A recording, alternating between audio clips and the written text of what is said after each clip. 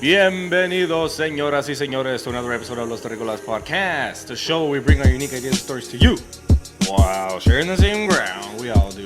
I'm your host, Greg. With me, as always, is Oscar and Irvin, and special guest today. Tell us who you are, sir. Yo, what's up? I'm David Gandara. I like how you got prepared. I'm David. David Gandara. It's not that to serious. Let's try and get some intro music. Well, let me see. You were just What going, was it? You were just doing. Nah, it was good. It was good. I like good. that. You feel that. introduced? He inspired you? Okay, yeah, cool. yeah. WWE style, huh? She got down. I was whoa. Damn. You were like, whoa, you guys got some production value, Yeah, he said. Indeed. All right, man. Production. So, what are we going to talk about today? So today, the topic is David. All right. I'm just kidding. People named David or Just There's kidding. a lot of people named David from the Bible? Yeah, That's a they- biblical name, yes? Yeah. Oh yeah, dude. Why'd you put that as your He Instagram does handle? it. He has it as his handle. Yeah, David like the Bible. Yeah. No way. I didn't even know. Yeah. Greg was But not it's prepared for this. Yeah, no, I'm sorry. I do. I have kids. I don't really know too much about who David from the Bible is, but I know that it's a biblical name. I know from David and Goliath. Oh, actually, that's the same King David. Isn't it? David from the block. I'm pretty sure. I don't know. Actually, on the drive over here, me and David were discussing some of his passions. And he was talking about his talking love. Yeah, you don't. I mean, your main posts on your Instagram are like, they're chilling. So it's not really, a lot of people dive into their lives Yeah, like yeah, real exactly. hard. Like Yeah, yeah. yours is like, just a relaxed kind of thing. Like, I'm into cars. We stalked and you.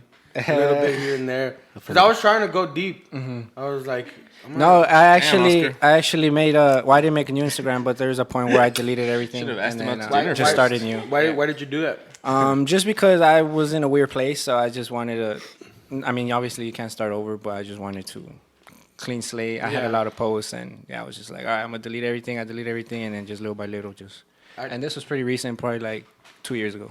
Really? But not for no specific reason. I was just. I do that.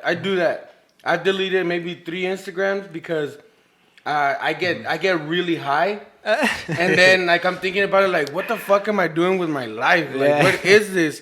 Like, I need to change. I need to blah blah blah. Like, I go on this weird trip, and then the next day nothing's there. Like, or completely deleted. What happened? You had a very flaky social media presence. Yeah, I don't like my social media presence because it's not. I don't know. It's different. I try really hard to like gain followers and like do this shit, but I'm I'm like obsessed with it a little that's bit. fucking. Yeah. I think it's bullshit. Like fuck this shit. You also always get new phone numbers. I always get new texts. And it's like, what is that for? That's no particular reason. I got a lot of crazy exes.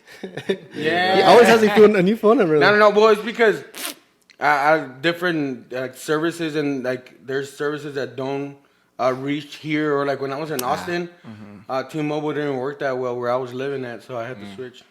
That makes That's sense. about it.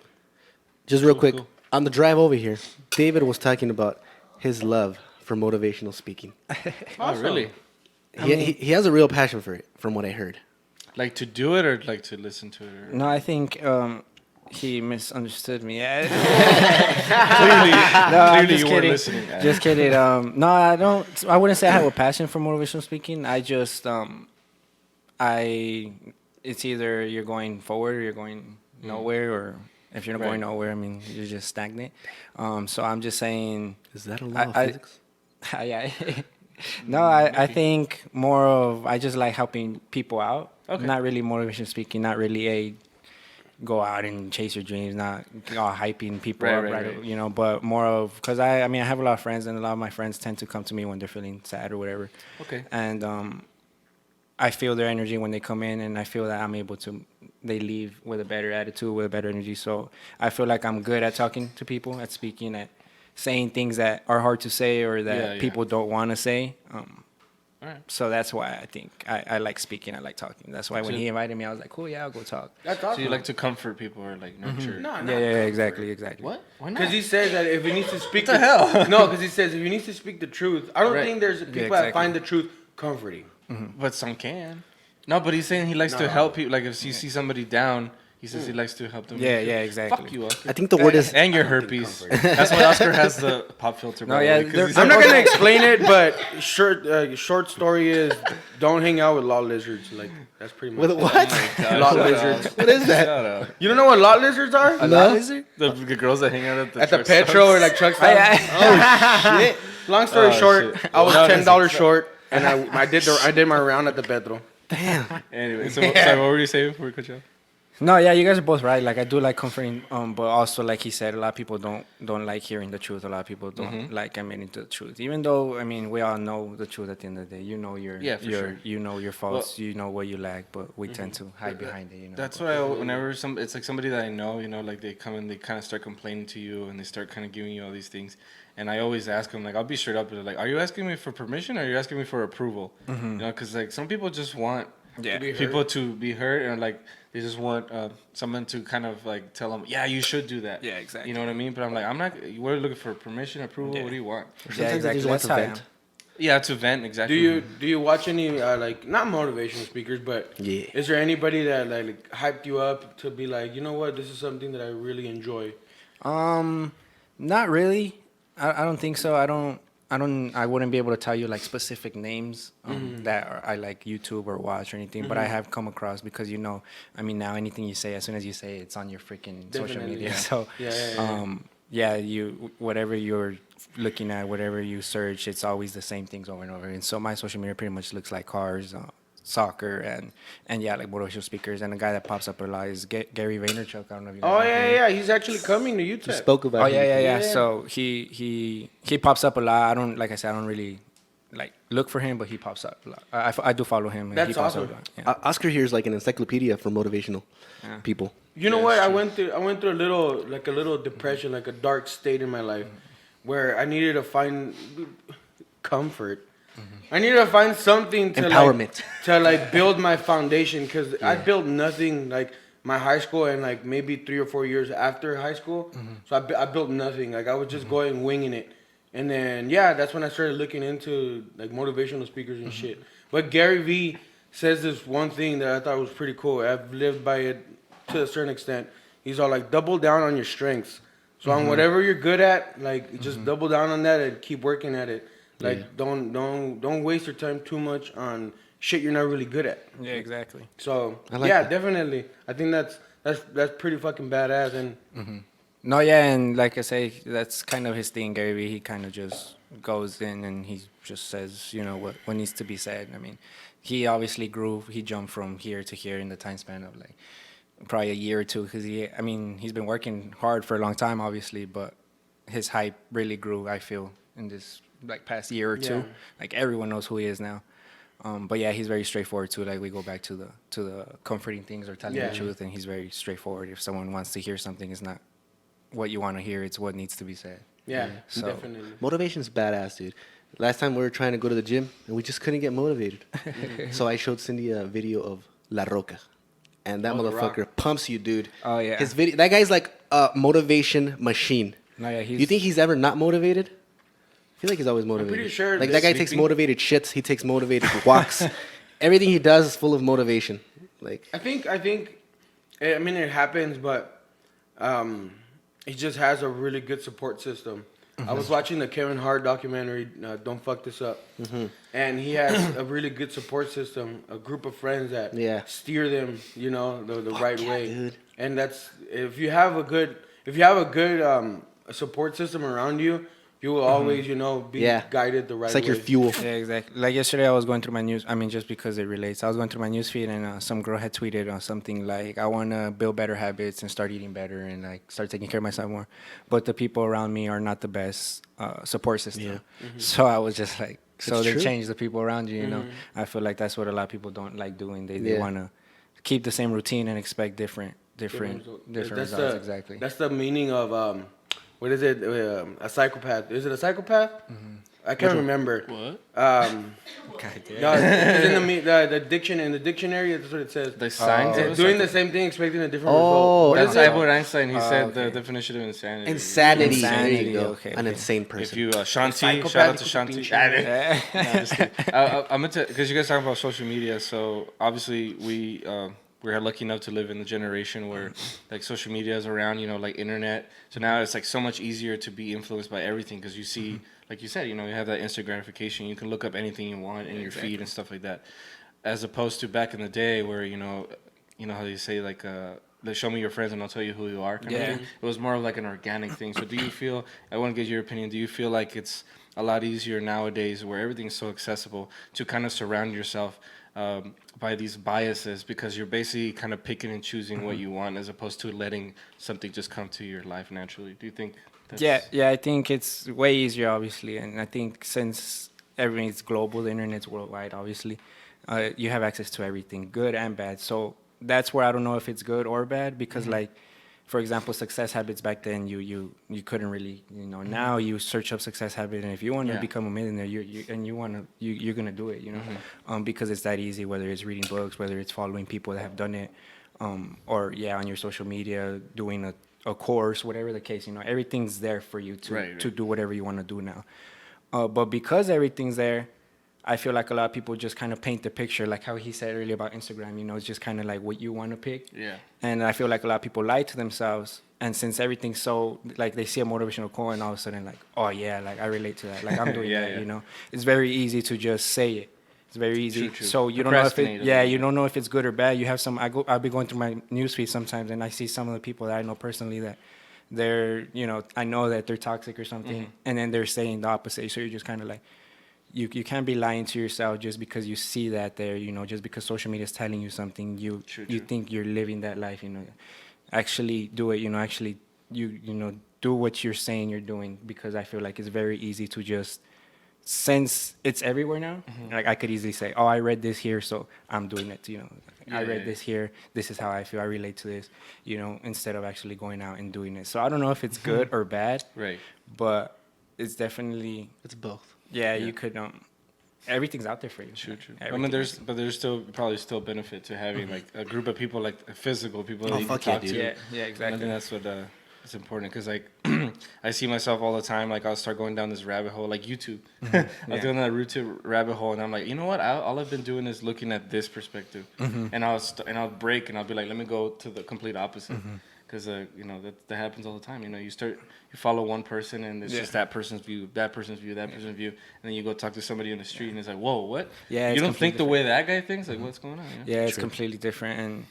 And like you say, if you have the same thing, it'll be weird. You go to another. For example, when I went to school out in Phoenix for 2 years. So when I was out there, it was a different, you know, whole different environment. Even though it's not that far away, like the people were different. What they saw was different. You know, they listened to different music, like. So, and then I have friends too that are out in California or something like that, and they come back and they're like, this is what you guys are listening to, or this is what you guys, you know, it's completely different. So you don't know what's going on between, I mean, everything's different. Like your phone's going to show you something different than my phone and his phone, and then you go out to another part of the United States and or maybe even the world, and and it's all different. So you really don't know what you want to grab, what you want to get. I don't know. I think it matters where you are in your life too, because you know sometimes you're ready for information, sometimes you're not. Like there's a lot of things that. That's true. You know, I hate to sound like a parent, but like there's a lot of things that my mom used to tell me. It's too late for that. You know, when the parents say that shit, I never thought I was gonna be that person that says like, wait till you have kids. Oh, so true, dude. Like there's some things that I'm like, there it goes. Or like when your mom's like, me vas a extrañar cuando no esté, mijo. I mean, I hope you do. Yeah, I'm like, like, why you gotta say it like that, mom? Yeah. Like, I just wanted to go fucking hang out with the boys. And you're over here like telling me you're gonna die. Tengo un dolor. Yeah, man. You're right, man. Everything all right. No, but they always use that. Well, my mom did. She would always use that. Were you that help for your brother when he started his MMA career? How young were you when he started? Well, when he started his actual career, I was because he's been not his career, but let's say before he got to where he was fighting, you know, like people that were already in the circuit. So when he started the journey and everything, would you say that you were there for him? Like, yeah, let's do it. Like hyping him up, or was that not really support system? Me and my brother have an odd relationship. Obviously, we love each other a lot. Definitely. But we're 4 years apart. We never really got to actually hang out outside of our childhood. You know, But I knew that he was good at fighting pretty early because he would get into a lot of fights. Like he was all little cholillo, things like that. So I was always with him, but Fighting. just kind of like, you know, he was with okay. me and my primos and stuff, and they're doing their hood rat things, and I was always just kind of to the side, you know, on my phone or whatever the case. I was like in Okay. middle school at this time, so picture like 6th, 7th grade. Oh kinda yeah, deal. so you weren't really. Yeah, I was like more verde. I'm not gonna Okay, lie. Like yeah, I yeah, didn't, you definitely. know, they'll be doing other things over there. They'll be smoking weed, things like that, and I didn't even know. I didn't even question it. I was just All whatever. right, well you you know? do you. Although Yeah. they look very similar, they're very different people. Yeah, exactly. Juan Gandara. But I did know that he was good at that. He had, you know, something special because he would lay some motherfuckers out. Damn. On the So- street fights, you'd see. Yeah, on the couple street fights, and I don't want to put him on blast. I'm not putting him on blast, bro, or anything like that. He got but- knocked the but- fuck out. Just kidding. Yeah, he slept a couple times. By a girl. No, he She was big. She he's was just big. very mad. He gets Yeah, very yeah. mad. He Like gets very mad? Yeah, he has Emotional. like he's an angry person. He has anger issues. He has a lot of testosterone. Well, he's gotten a lot better, obviously, but yeah, something set him off, and you know he was just rage, and you know sometimes it was me, sometimes it was the wall, whatever it was, but he was made to be in there, honestly. Yeah. So it's Really? unfortunate what happened. You got to be yeah. pretty crazy to be a fighter. Yeah, that's what I'm saying. You got to be something else up here. Like normal dudes. So I was just gonna ask, you never got bit by that bug at all? Like, never interested you? Because I know, like, sometimes bros get competitive. Yeah, it did actually, and I feel like I'd be pretty good at it. You know, sometimes I'll like roll around with my friends, things like that, and just kind of the few times that I've hung out with him, the little things that he's taught me, I feel like I've picked up kind of cool. You know, obviously I can't say that I'll try and go motherfucker out in the Yeah, yeah, streets. yeah. You know, It's but because you're an athletic guy, dude. yeah. Like, did you guys see his Instagram? He's actually a dope ass soccer player. I Breaking played ball for a long ankles? time. I played ball for a long time. Yeah. You breaking We're- ankles? You don't have any highlights like soccer highlights On my or Instagram, no, but I do have I have footage from high school and I have footage from college when I played college. I Where did played- you play college at? At Phoenix? In Phoenix, it's a little town like an hour above Phoenix. It's in between Phoenix and Flagstaff. It's called Prescott. I went to Yavapai. That's the name of the school. It's a junior college. Shout out Yavapai. It was a good time. So you know? teach us on soccer. I don't know shit about soccer. So what position did you play? I was kind of always, I tell myself I was kind of always super glued to the team because I never really had a set position. I grew up playing center back, so I was in the back. That's the main guy in the back, you know, above the goalie. So sometimes you play with one, depending on your system. Sometimes you play with two. I grew up playing center back up until my freshman year. And then in my freshman year, my coaches, while they noticed that I was pretty good with the ball, you know, I could take on players. So I started going up slowly. I played at the 6, which is above the center back, kind of like a contención, that's what they call them. And then after that, I went up to a striker up top. I was a 9. I played striker for a long time. That's and the position everybody wants because they're scoring the goals. Yeah, I played striker for a long time, but I wouldn't really score too much goals. I would just I was good I was good at my positioning. You know, I was good at being at the right spot, kind of deal. But I really feel like my position overall would be the 10, the right in the middle, the playmaker, because for that same reason, I really can't score goals. I'm more of a passer. Like I could really. You had the vision for the Yeah, field. I could really put the ball. I mean, sometimes. I mean, not all the time, obviously, right? But it you know. was But good. yeah, I was good. I enjoyed passing the ball, and I could hit some good, nice. I Yeah. could see my players. You know, I had a good vision. So I feel like that's my position. But like I said, throughout my whole, even in college, I played out in the wing, and then I played out in both wings, right and left wing. I played at the 10, so I was just always all over the place. So. Are you in a team right now, or? No, I actually might play with it's just a Division II team here, the Southwest team. Okay. But I'm not too sure because I hurt my ankle not too long ago, so I missed the tryouts. But maybe I'll go play with them. They're pretty good, and I would just do it, for fun. Cause Did you roll it or what happened? I got kicked because I was playing Sunday League.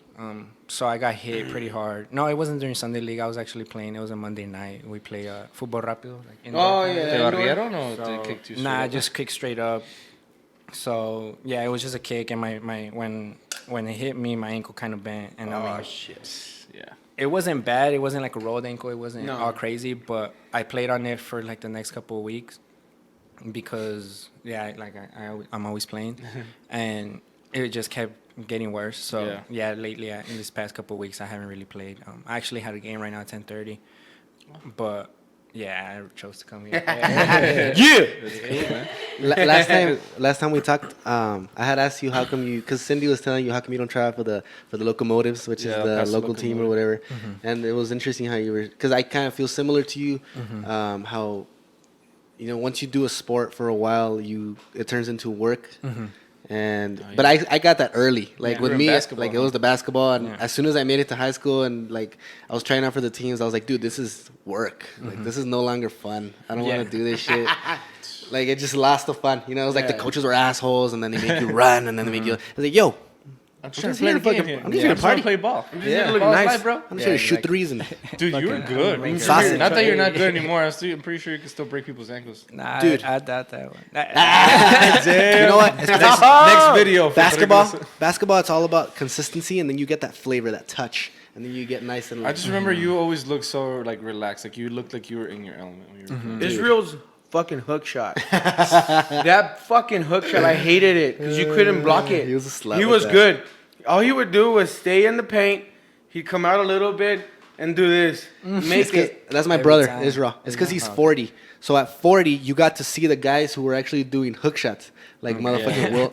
Well, not Will, but I mean, he was influenced by like the older Larry style. Bird and shit. Like hook shots aren't really done anymore. Magic, not Magic really. Johnson. It's kind of like a last straw kind of Yeah. thing. And now it's just like power, like driving Well, in and like. What's that cat's name from Man One? The professor. The professor does Oh, hook shots. oh yeah, he be breaking That ankles. good. That dude can freaking handle it. So who's your soccer team? My soccer team, I'm a Manchester United fan. Manchester United. I grew up a Manchester United fan because of Ronaldo, Cristiano Ronaldo. When I was a little kid when he was coming up, so it He's just a kinda papazote. happened. Dude, you know what? I just watched something depressing. Sorry, I'm going to cut you off. Nah, It's you're just cool, you're Cristiano Ronaldo, but I was watching this thing about like what happened to Ronaldinho. It was kind of sad. I was like, Oh yeah, shit. him. He What happened to him? Just alcohol, drugs. drugs. He went just broke. like party. He didn't. He was the same thing we were The talking guy about. from Barcelona, right? Yeah. Okay. Yeah, the same thing happened to him. He just didn't like the job, you know. There's an interview where he's like, I'll play for anyone for free as long as I could just go to the games. You know? Yeah. He didn't want to practice. He didn't want to. Kind of felt. Nomás quería cascarear. Like, he He didn't fell out of have- love with it, but he probably felt like he wasn't hungry for the competition anymore. Yeah, maybe. he was. But that man, He was a legend. yeah, dude. When he bent that ball. he could do whatever he wanted with that ball. Is that man- Beckham? Well, a that lot of people- Brazilian a lot of people team. bend the Nah, ball. Beckham could bend the ball. Beckham was a good free kick Ronaldo, taker, but too. Ronaldinho, that fool. I mean, he could just do whatever he wanted with the ball. That Brazilian He was. team. That, remember World FIFA? Cup? Remember Yoga TV? Yeah, Oh, that's yeah, what he they was were doing. good. Like Oh, yeah, I the think you Yoga showed us TV. those videos. Yeah, the Yoga TV. Yeah. Where he was doing like the hat Yoga tricks and shit? shit. Yoga bonito. Yeah. Oh, yoga. That's Yoga what it is. bonito. Oh. something Are like they that. doing yoga where they're playing or what the fuck? He would do the split. Dude, Shaolin soccer. As a coach, I wonder how many coaches take that into consideration. Like their special Like what players. type of player they have. Definitely. Where it's like a Ronaldinho, where you gotta be like, yo, just let that guy party, you know, give him some cocaine, let him Yeah. chill. And then the other guys are like, hey, I gotta be on his ass. Yeah. You know what I mean? He's not that naturally gifted, and he actually like has to like put in a lot of work. Like That- your coaches, would they do anything like that? Like where they adjust? So all of my coaches up into college would adjust because there's obviously in every team you have your superstars, you have your players that you need, you know. So every coach should adjust it into college. When I went to college, I had the best coaching that I've ever had. Yeah. Because that program, the Yavapac program, I don't even know how I got in there. It was just a phone call, and he told me to come, and I went. I didn't hesitate. I went. But yeah, if you look them up, they're a really good program. Yeah. They're like the top program in the nation. So those coaches, they didn't play around. They've been the same coach. They've been there for like 20-something years, Yeah. you know. And they're older guys, you know, their system. They showed us tapes from 1997, 1998, and it's literally the same drills that they're doing Yeah. today. Like, it's discipline. We had superstars, and if they weren't, you know, doing their part in the classroom or you know, they're misbehaving outside, they wouldn't play, you know, even Yeah. though they knew that they needed them, they wouldn't play. But there were also coaches that were good enough that they believed in the other people, you know. A lot of coaches, they have players that, you know, they might not be as good talented or something, but Yeah.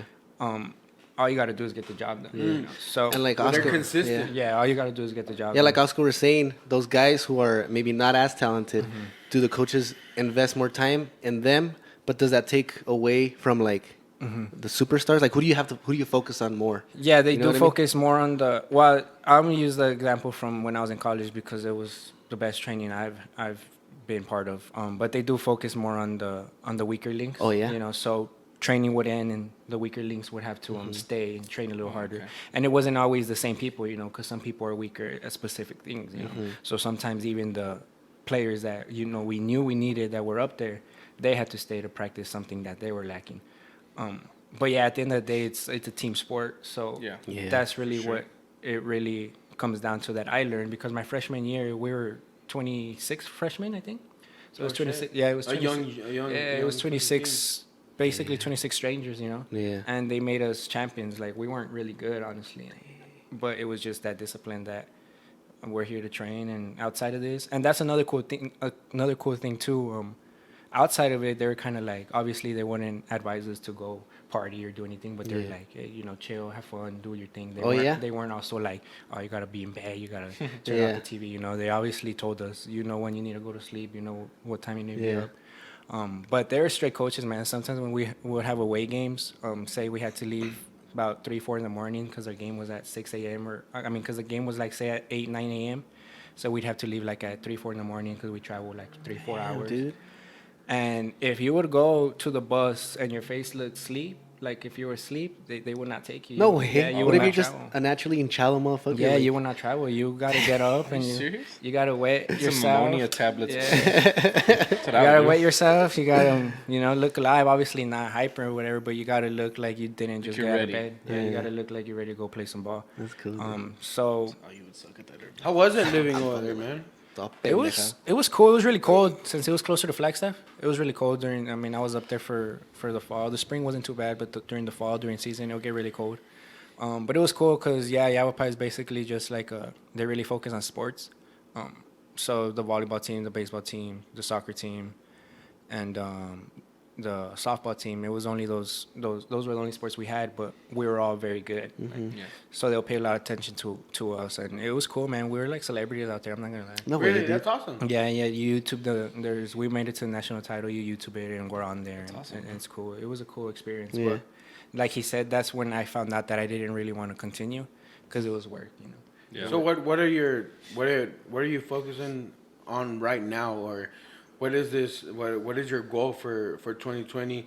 The only reason why I emphasize on 2020 is for my own personal. Because my first apartment was apartment 2020, and I told Sarah, I was like, 2020, the year 2020, that's when it's gonna come together. Dang. We're gonna lay down the seeds, and then 2021, get her 2022, pregnant. we're gonna pick up the fruit of our labor. You know, Yes. reap what you sow, Definitely. kind of deal. So. Right now, what are your goals, man? What are you trying to not trying, but what are you going to accomplish? Yeah. That's a good question because I feel like even though we do set goals and we do, you know, chase something, I feel like at the end of the day, you don't really know what you want. Especially, me at my age right now, like How old are you? I'm 22. 22. Young cat. 22. Yeah, I'm 22. Yeah, that's young. So I'm just kind of like, I don't know, you know, what I want out of profession. I don't know what I want out of, you know, but I do know that I see myself in a specific way, you know, in the future. I see myself, I look a certain way, I speak a certain way, I come off a certain way. So I guess my goals for 2020 is get closer to that person, you know, get closer to that person you want to be. Yeah.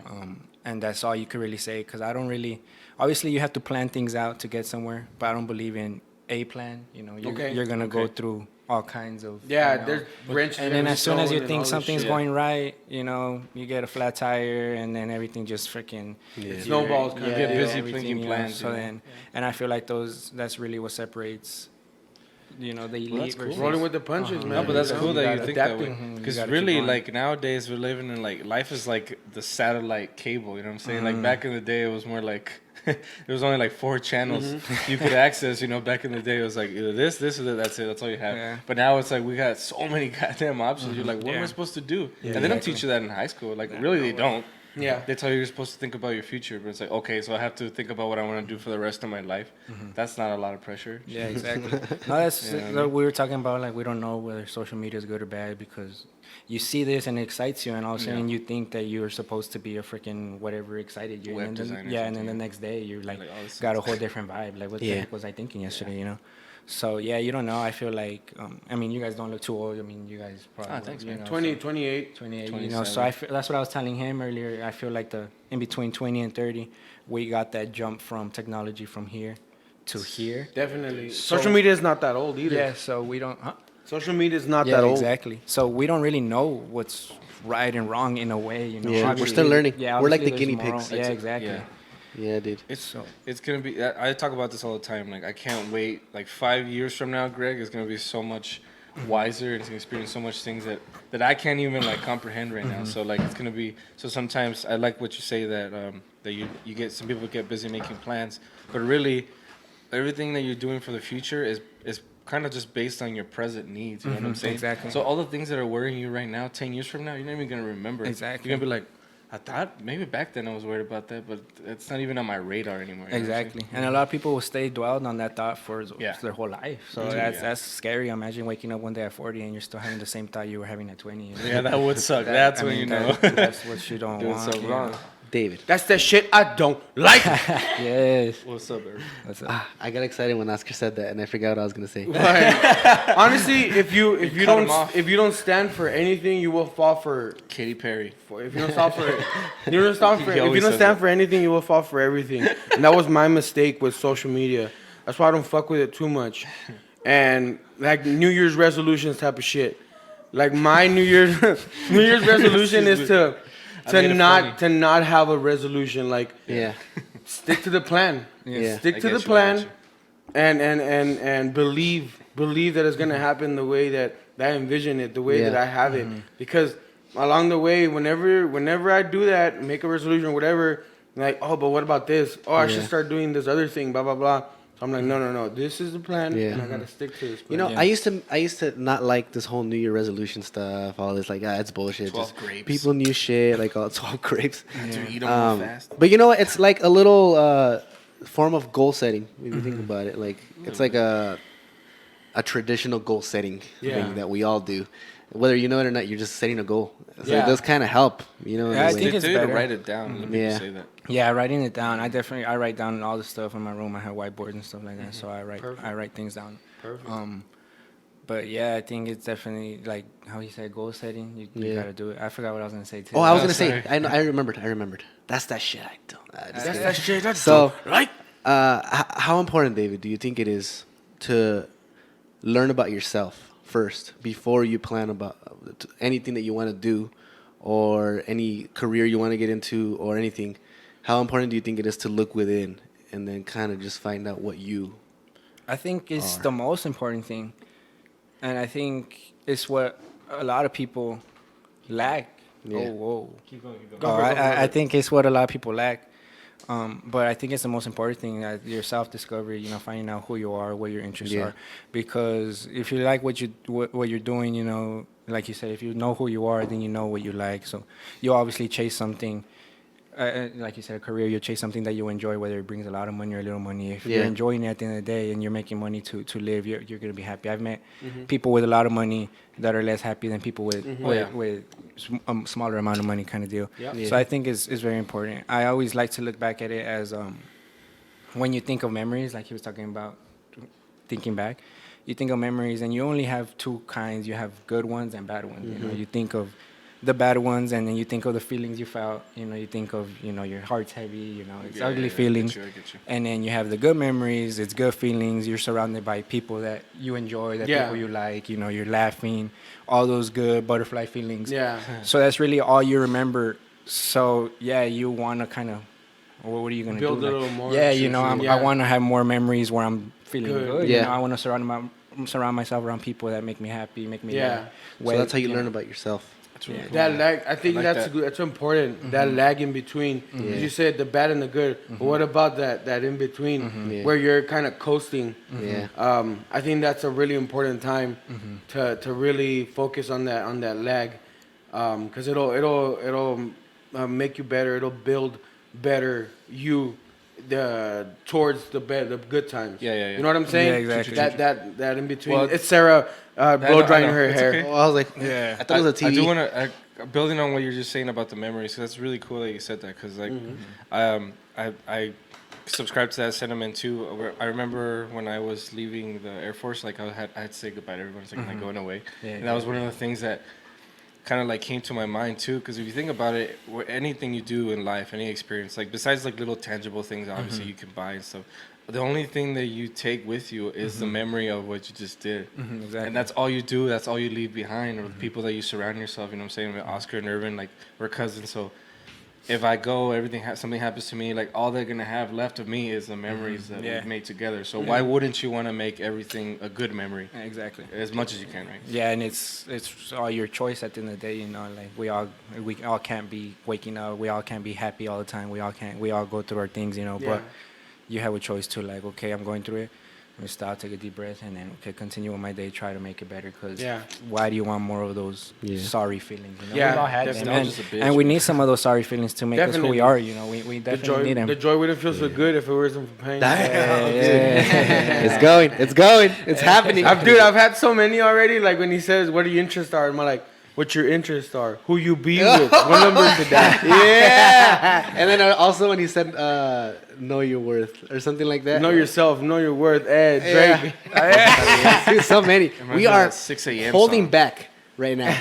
Okay. It's because I really like all the points that you're bringing up, because it's something that I pretty much base myself upon. And like Irvin said, finding yourself and discovering who you are is pretty much the basis of how much success you're gonna obtain.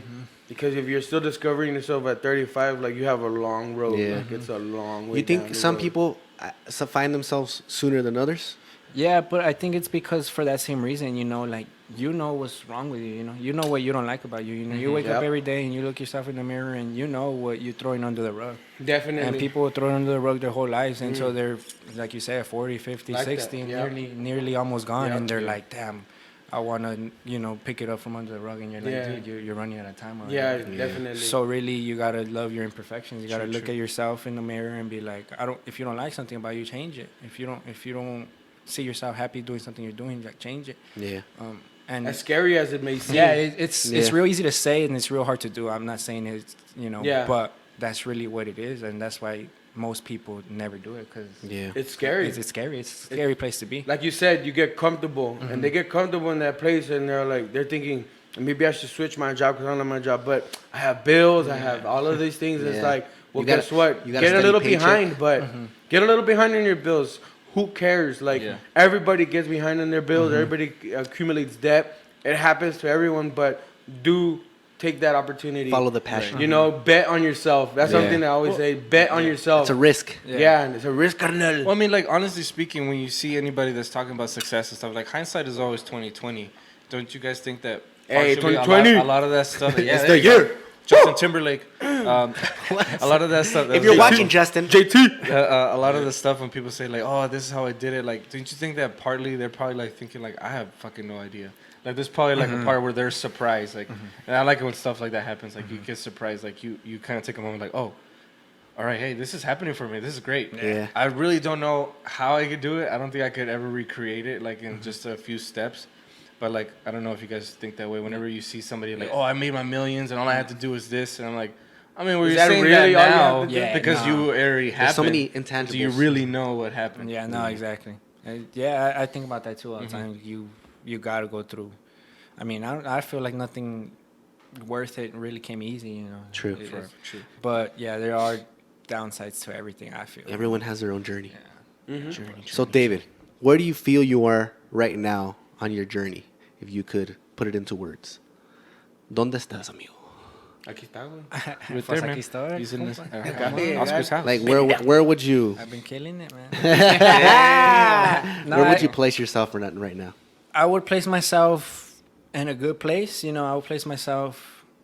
I don't want to say like ahead of other people. I don't want to say that at all. You know. Dude, it's not a competition, man. Yeah, it's not a competition. Ahead of what you think. Fuck it, I'm winning. No, It's okay. I feel like I'm in a good spot, but I feel like I still got a long way to go, and that's hard to say because I feel like I'm in a real good spot. You know? Yeah, That's like cool. according to You're your being humble. Yeah. That's your good. goals and Yeah. your Yeah. expectations and whatever. Yeah, I feel you're like on I'm the in a right good track. spot. From who I was last year, I'm a better person. From who I was the year before, I'm a way better person. You That's know? good. So that's all I see. You know, you Yeah. wake Good, up man. every day with an opportunity.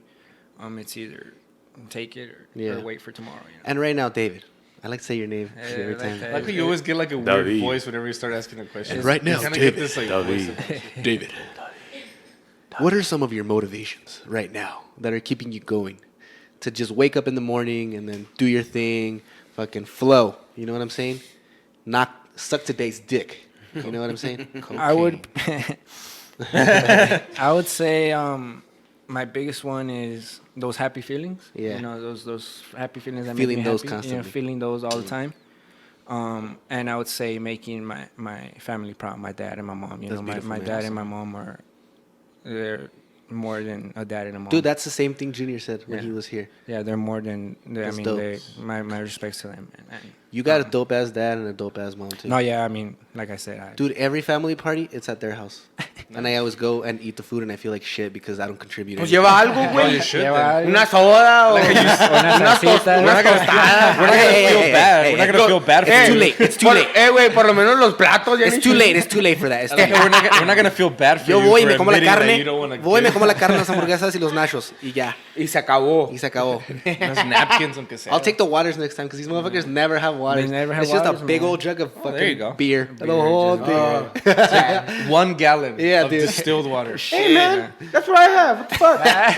No, at the parties, they never have water. I'm always like, chingado, tengo sed. And just like Michelob and fucking. Pues ahí está, güey, para la sed. para hacer. Ahí It's está. pretty much water anyway. There you go. No, but yeah, Netty light. El Netty light. you got a dope ass support system. Your yeah. dad's a good guy. And your brothers, they're full. Your brother, and then your cousins. I mean, they're all. You live in a family full of professionals or people that are really motivated to do things and to keep going. It's and contagious. It is contagious, and I think that's freaking awesome. I mean, my sister got her degree, whatever, and then these guys are motivated to keep going, and the people that we keep bringing to this podcast always leave something behind, and I think that's pretty Phones, pretty wallets. awesome. Yeah, no, Phones, it's cool. wallet. No, it's Keys. phone, Hollies. Credit cards. Get my I'm stuff. gonna have a little box that I lost and found. We don't give it back. Make sure he doesn't leave you here, right? I go to the Bronco and I sell it. No, but yeah, Local dude. pawn shop. Motivation is definitely contagious. Yeah. It's And- like herpes. Oh, Buenas tardes. So what else, David? What else what else motivates you, or what else do you feel like you want to do more of to get to where you're trying to be? Drugs ads. Sácalas. Vámonos. Psychedelics ads. Have you tried DMT? I actually Yeah. Just kidding. I took a little puff. Yeah, Oh, I took a little puff of some. But I didn't really have any. I didn't really go through anything because I was scared. So I took like, I was Oh, kind of yeah, like, yeah. I was scared. I didn't know what Yeah. it was. But a buddy of mine had some way back then. I was in high school and. I didn't really even know what it was. I just walked into his house and he was like, "I got some DMT." I was like, "Oh god." What the fuck? So you watched, What did the you watch fuck him is trip that? out? Yeah, I did watch him trip out. And it was crazy because this was years ago. Like I said, this was in high school, and he took a nice big rip, and he just laid back on the bed and he just stayed there laying down like he was taking a nap for about 10-15 minutes, Oh, okay. and then he came back out. And then, he said that he saw all kinds of figures, all kinds of things. And he said that he saw, I mean, this could just all be coincidence, obviously. Yeah, you know, yeah, like, yeah. I don't know. But he said that he saw his kid, his son. He said Oh, that he saw wow. it. And he didn't have it at the time. And then a little later, he had his son. So it was just kind of weird, you don't know what those, that's why I'm scared of taking them. That's why I haven't really taken acid or anything like that. Because as it is already, I think a lot. I go on trips and sometimes I even scare myself. So I don't think I'm mentally ready for it. Do you I have don't like wanna- crazy dreams or anything like that? No, I don't drink too much. No. I don't drink too much. I usually have More some- like the daydreaming kind of thing, like visions. Yeah, more like I honestly, I don't smoke a lot of weed, but I do, get high often. But that's pretty much the times, sometimes. And it's usually when I'm by myself. If I'm with someone, then you're just vibing, Yeah, But definitely. if I'm by myself and I get a little too stoned, then I'll just go on and on and It's on. kind of hard to have these kind of conversations No, you're with fine. other people when you're in that environment. When you're smoking some marijuana or drinking some beer, because I don't know. It's just hard. It's really hard for me to do that, or to be in an environment where there's a lot of people around us, and we start talking about goals and visions and like all of this. I'm like, let's keep that to us. 'Cause I feel like a lot of people don't need to know this, and they don't need to have input into the things that we want to do or anything You like kind that. of guard it a little bit. Yeah, I feel like you definitely gotta keep your plans and your ambitions to a There's certain things, specific group of people Yeah, because definitely. You really don't know who's around you. You know, you could have a best friend and he could be your worst enemy. You Yeah, don't even know it, you like know? a Shug Knight. Yeah, exactly. So it's I don't believe in jinxing, but like I don't know, like I'm not like superstitious or anything, but like sometimes I feel like if I talk too much about something it's like it either comes off as braggy or I'm kind of like trying to convince myself that I'm gonna do it. So I rather just do it. But that's not a bad thing. And then once it's done, then I can be like, hey, well, I did this. You know what I mean? I feel like I talk about stuff to convince myself and to put pressure on myself as well to do Yeah. it.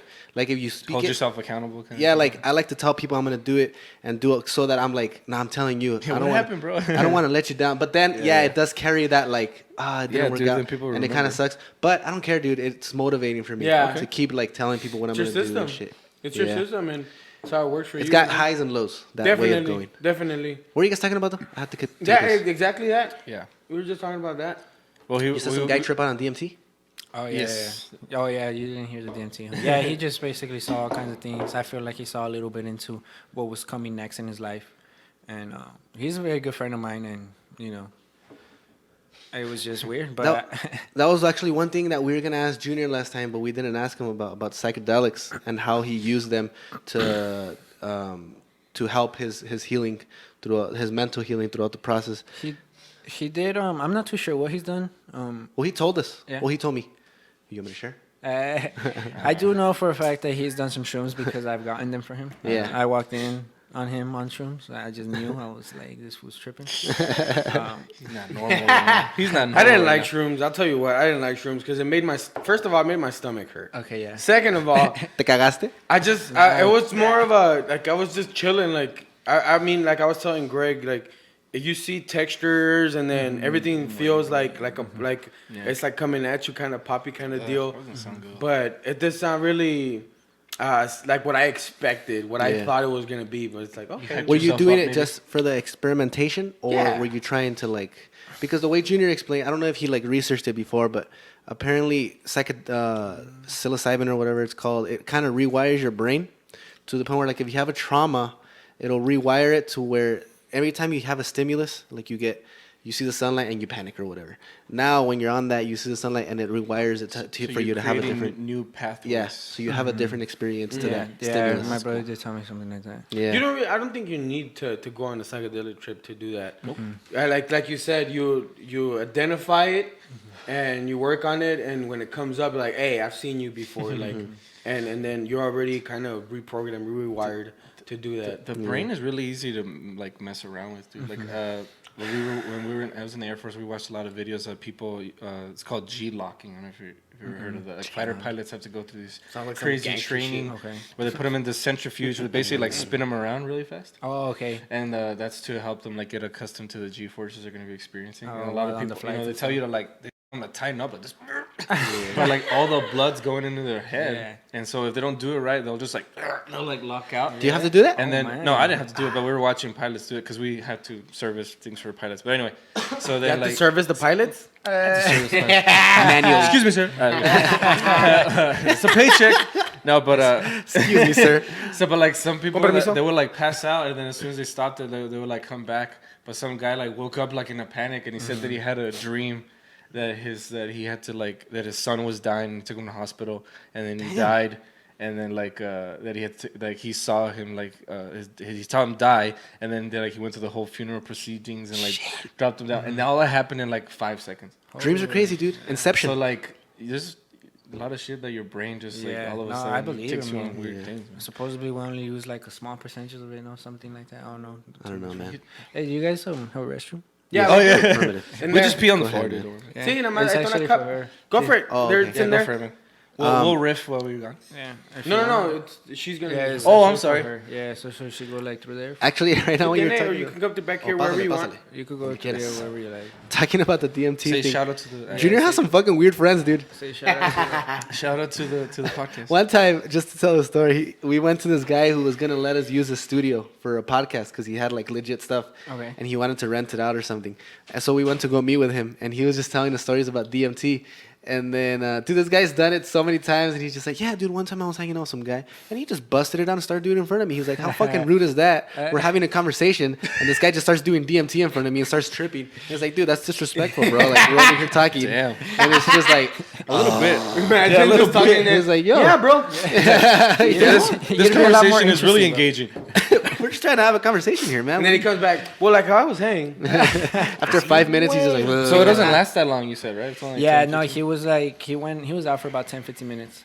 Okay, because I heard like your body, because it's naturally occurring in your body, like your body kind of regulates it after a while or something Yeah, like that, right? yeah, I think something like that. I think it I'm not too- I don't metabolizes know- really fast. Yeah, I don't know too much 'cause about it. Because it's basically what makes you have dreams in the first place. Like I have crazy dreams, especially when I have like NyQuil. Yes, we're gonna start. NyQuil dreams, dude. Does the pillow you have matter? Because I feel like sometimes the pillow I have I have the makes me purple dream. pillow, dude. Does that one make you dream? No, I dream regardless. I'm just saying it's a good pillow. So no matter where you sleep, you dream. It just depends. Like sometimes I'll wake myself up. Like I have like one time I woke up crying because I dreamt that my brother got eaten by an alligator. A la pretty verga, sad. pinche Steve Irwin, a la- Dude, it was crazy. Like it was like I saw him grab the alligator, grabbed him from the edge, and then like he was like crying, and then I heard him like gurgle as he was like getting pulled out. Ay, güey. Oh, just since we're talking about crying, just for the record, when my brother lost his arm, I was not crying. Okay, He cool. wanted to say that so bad. You wanted to clarify. I just Looking wanted for to a segue clarify at any moment. Congratulations, you just made it on the TikTok. How did that happen? He was- I mean, not how did that happen, but He just wants to clarify. his fucking arm? Your train of thought. By the way, I'm not a little when like bitch you who were cries. seeing that. Your train of thought when you were seeing that. Yeah, it's because he said I was crying, and I definitely was not. Just kidding. I mean, that whole experience was, it was crazy. It was honestly traumatizing. I could still see it, honestly. It was a dark and stormy night. I guess for any viewers R.L. Stein? who haven't seen the episode with your brother, if you want to like break it down from your Yeah, so my perspective. brother was in a accident more than last year, almost about to be 2 years now this summer, where he unfortunately lost his arm. We flipped over in one of those doom buggy things, the Rezars, the UTV things, and his arm got caught up under the rail. Hi, Sarah. His arm got caught up under the rail, and the doctors tried to save it. I mean, it was still on for a good couple of days, but he just ended up having it to get removed. So, Right. And he told his story on the episode 14, I believe, 15. yeah, something like that. So catch his story. Let me ask you a question, because I like to deal with things through humor. Okay. And since he's your brother, did you make any jokes at his expense when you saw him the next day? Yeah, definitely. The jokes didn't come. It was very soon. The jokes didn't come until he lost his arm, say 6 p.m. We drove hours to the hospital. We got to the hospital, say, like at 2 in the morning. Okay. He went straight into surgery. While he was in surgery, as soon as he got out, he was okay. The joke started. What did you say? And it wasn't directly to him. It was with one of my cousins. Obviously, my family was very worried, and he hit me up. He messaged me. He's like, "How was everything cool or whatever?" And it was that he was he didn't know if it was too soon, but it was. I don't remember the joke too much. I might have a screenshot, but it was something over the lines like, "How is Juan doing?" Like he's like, "Let me know if he needs an extra hand or something." Let me know if he needs a hand. Let me know if he needs kind of like a pun kind of deal. Fucking pun. So yeah, definitely. I deal with things like that through humor. I deal with a lot of things through humor. It normalizes stuff. It normalizes stuff too because I mean you accept it. You know, You're not it's dwelling not. on Yeah, it. you're not making fun of it in any way. You're just it can be changed. It's Yeah. part of life. It can I be changed. did at that all. at my grandpa's expense one time. My grandpa passed away. You go hard with the jokes, though. he had Greg. a- Like you he- really can't he handle had, shit, he and you had just fucking. Alzheimer's, like a lot of people do had Alzheimer's, and we were at a restaurant. And it was just me. I was the only boy. It was all my aunts, and then my grandfather.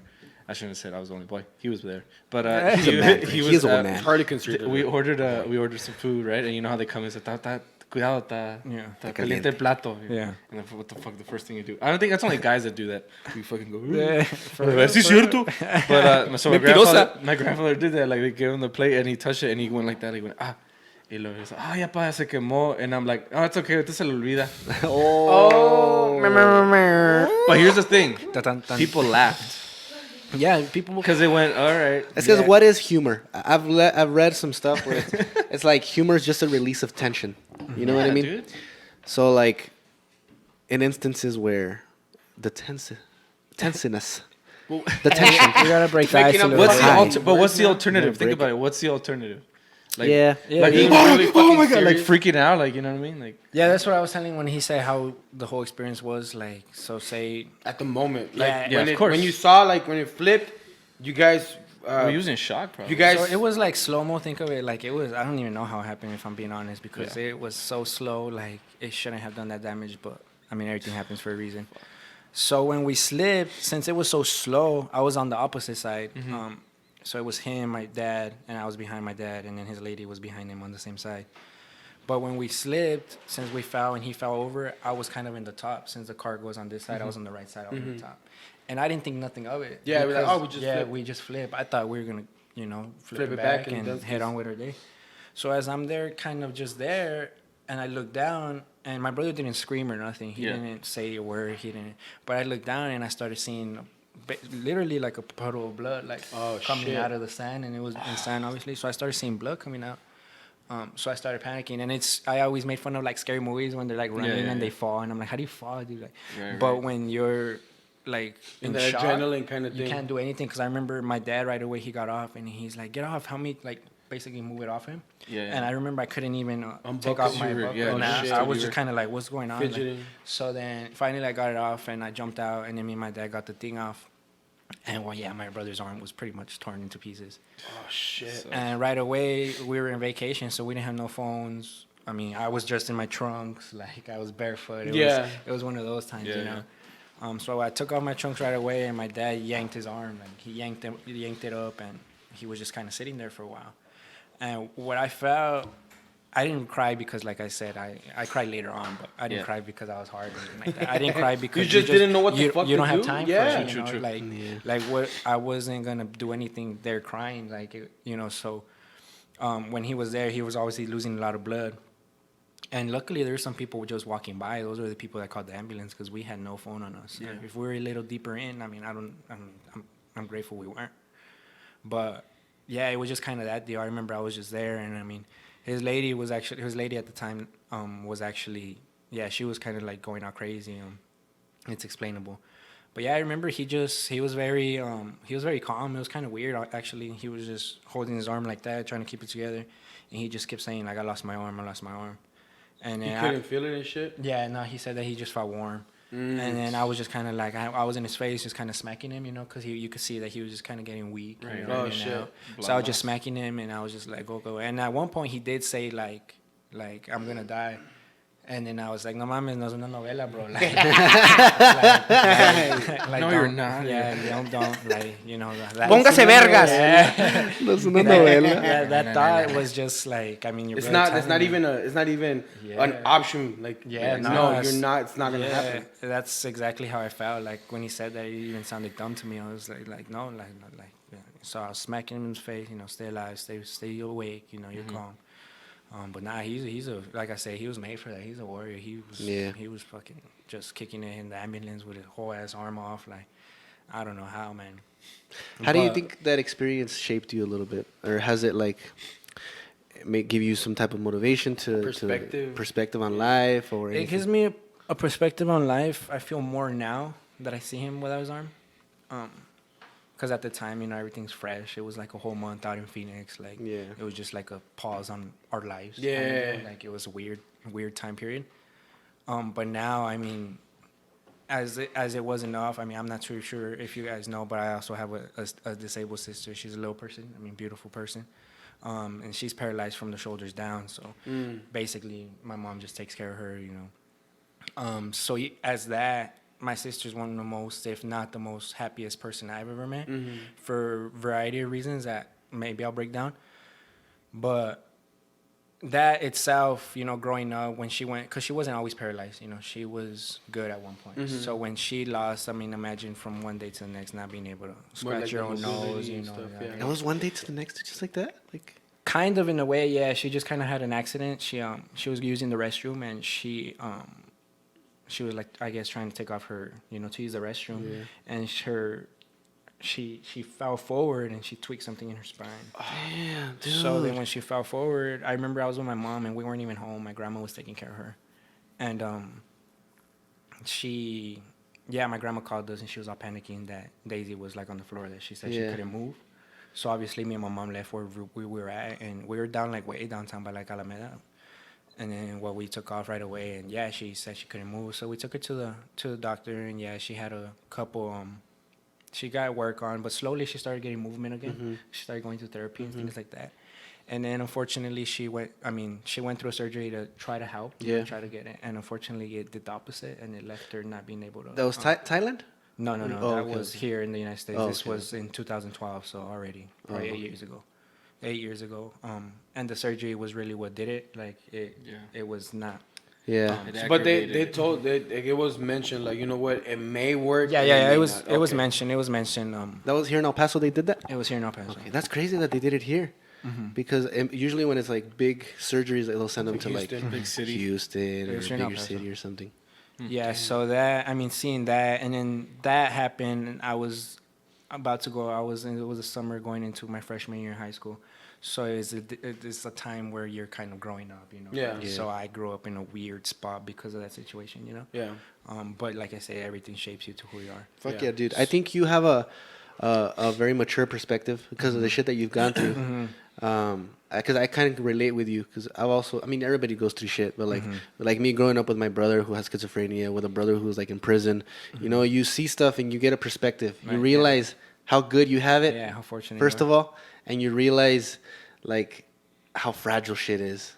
Like, I'm telling you that. We were even supposed to leave that day when my brother lost his arm. We stayed an extra day just because we were relaxing. We were having It's so a good weird, time. dude. We're having a good time, and we're like, all right, let's stay an extra day, and that extra day, that shit happened. Yeah, but it also takes a special person to not be like also torn down by that kind of stuff. Yeah, definitely. I'm telling you, I look at my baby sister, and she's actually the oldest one out of us. So. Yeah. She's my baby sister, and it's crazy because she always, from the day she was born, she had conditions. She had weak lungs, things like that, and she always pulled through to the day she's here for a reason. Fighter. So that itself leaves me kind of like shocked. Like, I'm like you really, when I'm tripping over something. That's actually why I got this tattoo of her. Awesome. So I always, whenever I'm feeling down, it's all cool. Yeah. But it's weird because, in a way, since she never really got to experience anything because of her conditions, I feel like it was both like, kind of like, I forgot the saying, but both like good and bad. Yeah. She never got to experience, the whole dating scene, the whole heartbreak, the whole, so she never got to do any of that. So obviously I know that she thinks about it. Yeah. But then again, she obviously never was able to feel that type of, she's very... The ups and downs of life. She's very pure. She's very joyful. Like, she's very just innocent, you know? So it's just kind of like, damn, you don't know what would be better, But at the end of the day, like I said, she's probably one of the happiest persons I've ever met, which amazes me, So. It's a whole different world for her, It's like... And she says it every time, She's like, well, I mean, what can I do? Am I going to be here, like, hating my life? Like, So if you have, she has two choices, hate her life or make the best out of it. She's like, I'm here, to make the best out of it. And I like how, like, you guys are so, like, how do you say it? Like, you keep trying new things, like, because that's one thing they did, that you guys went to Thailand to try new therapy and whatever it takes. Yeah, that's one thing that we can at least, say, like, we trying. Exhausted all the possibilities. We're going out trying, we're going out fighting, so that's a good thing. And that's, like I said, again, thanks to our support system. My dad, I mean, he works, he doesn't mind Thailand, I'm pretty sure. I mean, we went across the whole world. And he doesn't mind, My dad will get mad over, a $70 video game. He's like, nah, you don't need that, but something like that, okay, like, I don't care. Do I think he just thinks about it that way, like, when things like these happen, we're going to have the means and the resources because we're not just meaningless wasting our resources on things that we don't really need. Because when it counts, like, we're gonna have it. And that's how he is. It reminds me a little bit of something I read on Twitter last time, because so me and you, we have I'm not saying you guys don't, of course, but like we have a appreciation for life, right? Because of what we've seen, and we see how fragile shit is, and like, so therefore, every decision I make, I kind of make it with that in mind. Like, I'm like, yo, life is fragile. It gives me like that extra motivation to do stuff, and even stuff that I don't want to do, I don't do it. Like if I don't want to work a job that I don't want to, I'm not gonna do it. Like I take my life very serious. You know what I mean? Because I realize how One go round, man. yeah, I realize how go around. important it is. You got to. However, I wonder if that's also a little bit of a weakness for me. I read a quote last time where it was saying, passion doesn't exist. They were saying, you got to just find something you're good at and fucking work towards it and get good at it. And it was like, if you're waiting for your passion to come to you, you're never going to do anything. And I've been thinking about that one lately. Because you're like, well, does that make sense? Like, or should you go after your passion? Should you, you know? No, I feel like it does make sense because, like I said, you can't just sit there and wait and then expect glory. You know? You gotta go look. You gotta. But I mean, obviously, you will grow passions, and that's another thing. You know, I don't feel like you're passionate just for one thing in specific. You know, I feel like you could be passionate for a lot of things. Yeah.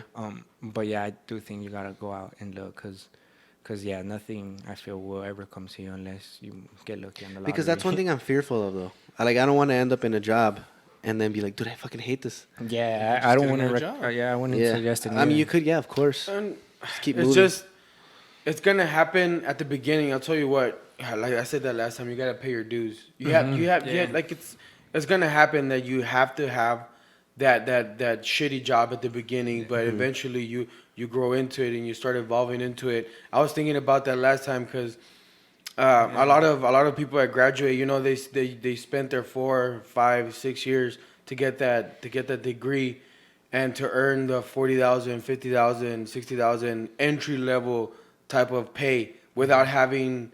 But they never had a job before that. Yeah. And me, like it took me a while to get to, you know, a certain amount of pay.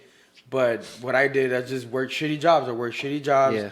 I went through the gauntlet and I got to where I'm at. And I thought about it. I'm like, well, if I would have put in the work for school, like I would have pretty much had the same job. Yeah. With the same pay, like. I just chose to go this way. It's two different paths. No, yeah, and you're right. I feel like you do gotta pay your dues. You know, sometimes as long as the vision is clear. You know, because sometimes say one of the 2 jobs before the one you have now, you were like, oh, it pays the bills, it's cool, and a lot of people stop there. You know, but it's not really what they want. You know? But I do feel like you gotta pay the dues. Like back to my dad, he's a perfect example. He came from an immigrant from Mexico, not knowing a word of English, and he paid his dues, you know. He worked and he went and asked for work, and he got rejected in jobs because he didn't speak English. And he did it all, you know. He took the rejection, took everything, and eventually, you know, kept going. He could have gave up. I mean, a lot of times, you know. That's crazy. A lot of times. Cindy was telling me that he helped out all his brothers too. Yeah, definitely. I mean, I don't want to like say that he was the one that made it happen, everything, you know, because everyone grinded. But yeah, he was one of the first ones to come to the States. He came to the States and he started dragging his brothers and sisters little by little. He's like, come, like. Everybody gonna come up. Yeah, if I come up, everybody come up. You think that's genetic? You think you're the way you are because it's in your genes?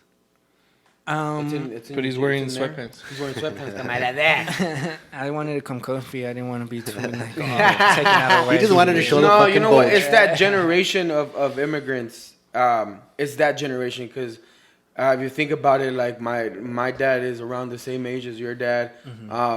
Like that generation that was really hungry and really wanted it because Mexico in that time period is really poor. I mean, to this day, I mean they're pretty poor, but they're doing better. Yeah. And yeah, like growing up, you know, in houses that maybe didn't have floors, or you having to walk everywhere, or like, you know, shit like that, like really puts a thirst for having more, for That's wanting success. more. Yeah, definitely. Yeah.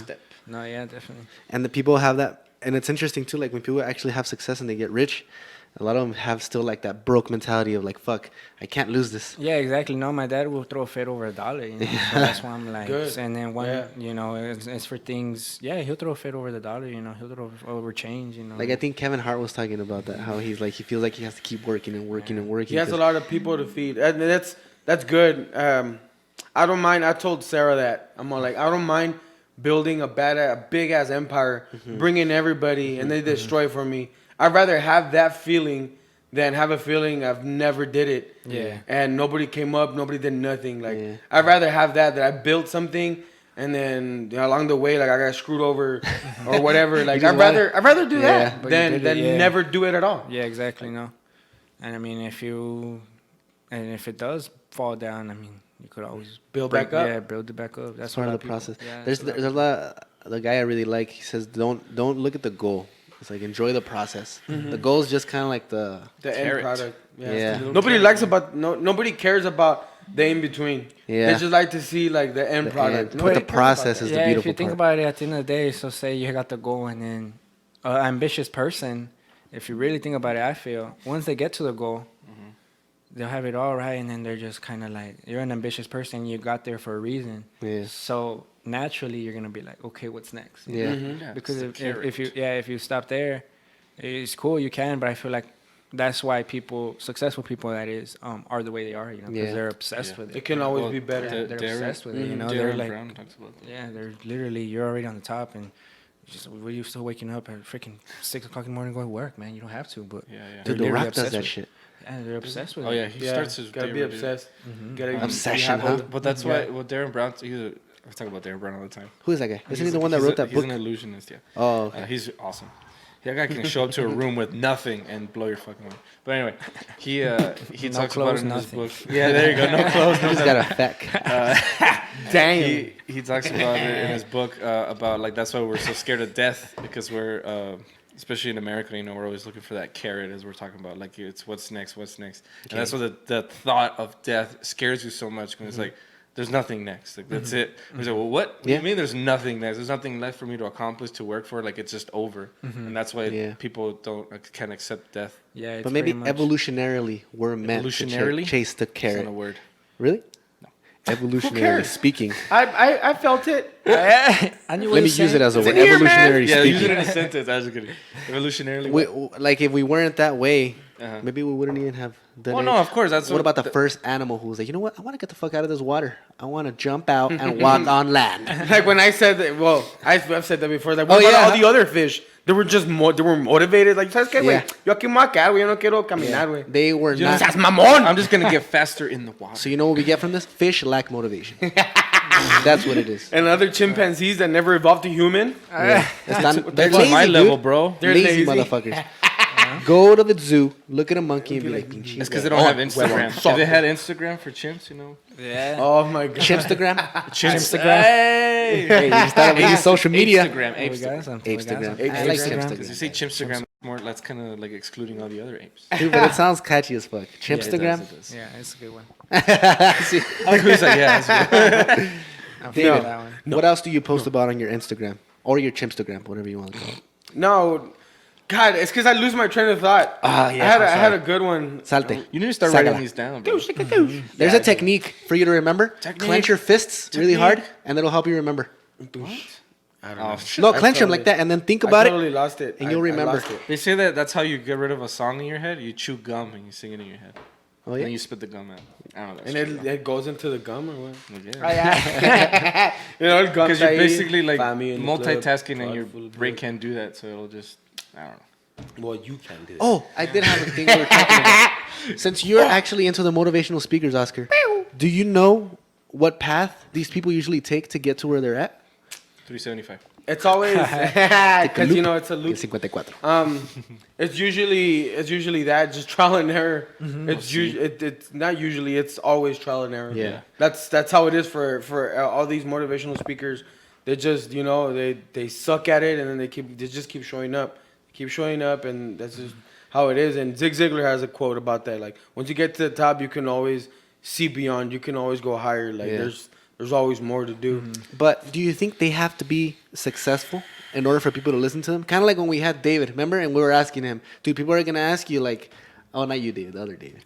And they were gonna ask him like, hey, ¿Qué what are tienes you tú, doing with your Simón? money? How did you get to, as a financial advisor? Like, who are you to tell me? Yeah. It's good. So do you think these motivational speakers have to be? It's not that. It's just what you're talking about.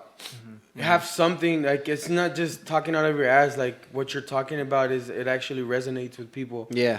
And I remember when I was trying to build this presence on Instagram and everything, I would follow Mike Rashid, and Microsheet really he's a fitness person. Fitness guru. Yeah, and he actually like interacts with people on his Instagram, and I'm all like, I wanna be able to.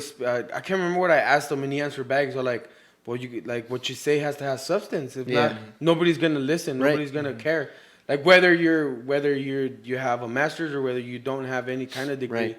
Like what you're saying has to resonate with people. Yeah. Has to really And have I think substance. the only way you get there is through life experience. Like it's hard to be like a 15-year-old motivational speaker. I mean, you can have them. Exactly. Like, Unless you people went who've through been something really. You've been like, through some shitty. shit. Like he Yeah, fucking exactly. fell in a volcano, somehow made What? it, got shot out. Fall in a volcano. Well, I you're mean, dead. there's certain things that are A really dormant volcano? general. They're really general, and you can build upon those things. Yeah. But like you said, life experiences. I mean, those are to you. They're just how can I put it? They're just for you. So your life experience is just to you. But in general, everybody feels pain. Everybody feels sorrow. Yeah, Everybody yeah. feels. So those are really general things. So Yeah. a 15-year-old Tap can tell into you, I feel sad.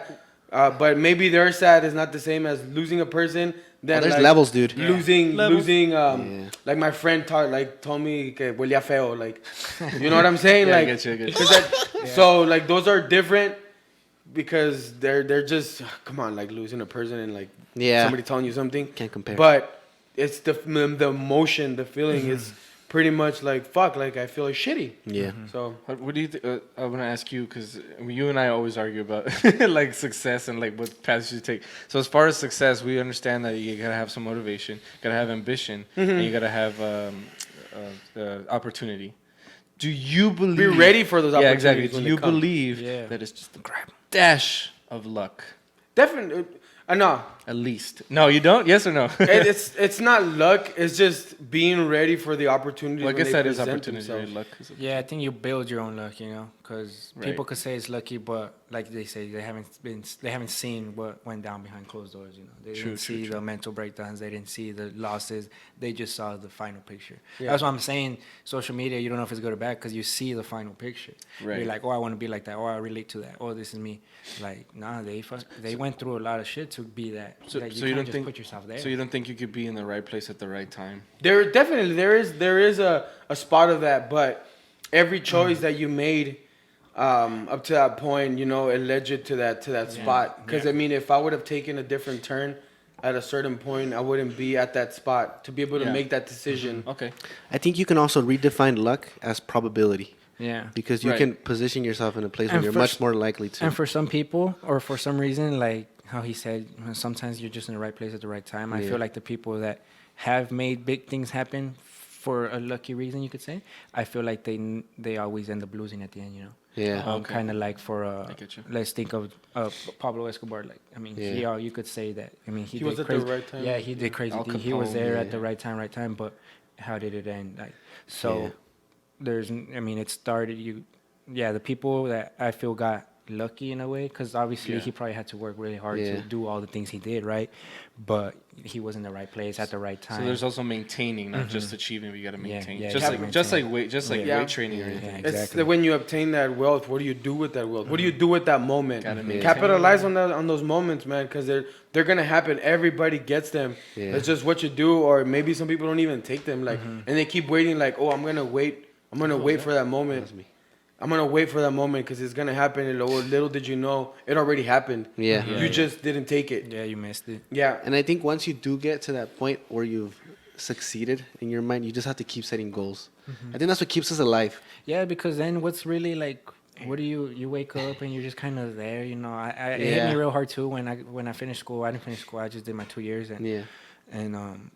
I was like, what's You were next? done. You know, I was like, you go through this whole time period from pre-kinder to either 12th grade in high school or in college if you go to college. And then, but it's always like a schedule. You always have Yeah. to be somewhere. You're always Yeah. chasing that final semester. You're always chasing. Yeah. And then it ends. And then you're in the free world, you know. You're just kind of like, you could literally do whatever you want, man. Yeah. If you want to go on the wrong side of the road, you can. There's going to be consequences, right? There's gonna be Yeah, consequences. definitely. But you could do For whatever every you want. action, there's a reaction. So there was a point where I was just sitting like, I could really do it. I wasn't pack my things and go to California. I can, I might not Yeah, make you it, can. but But you're Oscar free to did do it? so. Well, he went to Oscar. there's no like, you know, once you're done with the whole school system thing, Yeah. you're kind of lost in a way because you're like, Because there's no structure. Yeah, you're used to having Yeah. people tell you what to do in a way. You know, Yeah, you're exactly. this is next, and then from 9 to 10 next, 11 next, 12 next, college next, and all of a sudden it ends, and you're just kind of like, okay, well, Where's the job? yeah, it goes to Where's the job that I studied for? Like, Yeah. where on the style? Like, I'm supposed to get it because I got the thing that everybody says you need this to get a good job. Well, where the fuck is the good job? Yeah. Yeah. You didn't read the fine print. So Fucking- that's what I You feel. gotta pay. It's just a little thing that says experience. Cause Sarah, Seriously, Sarah dude, loves fucking finance print. 6 years experience needed. Is it No, no, no, it's like experience super- not included? at the end. Dude, that's one thing I'll tell you.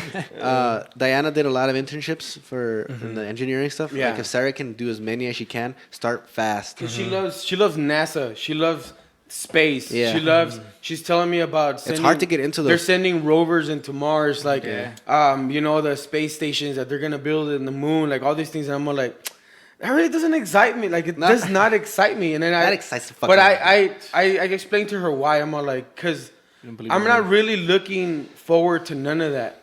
I'm not. What I'm maybe people build their legacy through that. They leave their name on a book, so people talk about them later on. Well, you know what, so and so helped out with this project, and that's what I'm looking for. I'm looking to build a legacy that survives the ages, like that stays for years and years and years to come. Like I told Sarah, like this is how narcissist I am. I want fucking statues like built Con un pitote. about me. Like I want this is the shit that I want. Like Arnold Schwarzenegger has a fucking statue built of him. And that's the 3D kind print. of shit that I'm grinding for. I'm like Achilles.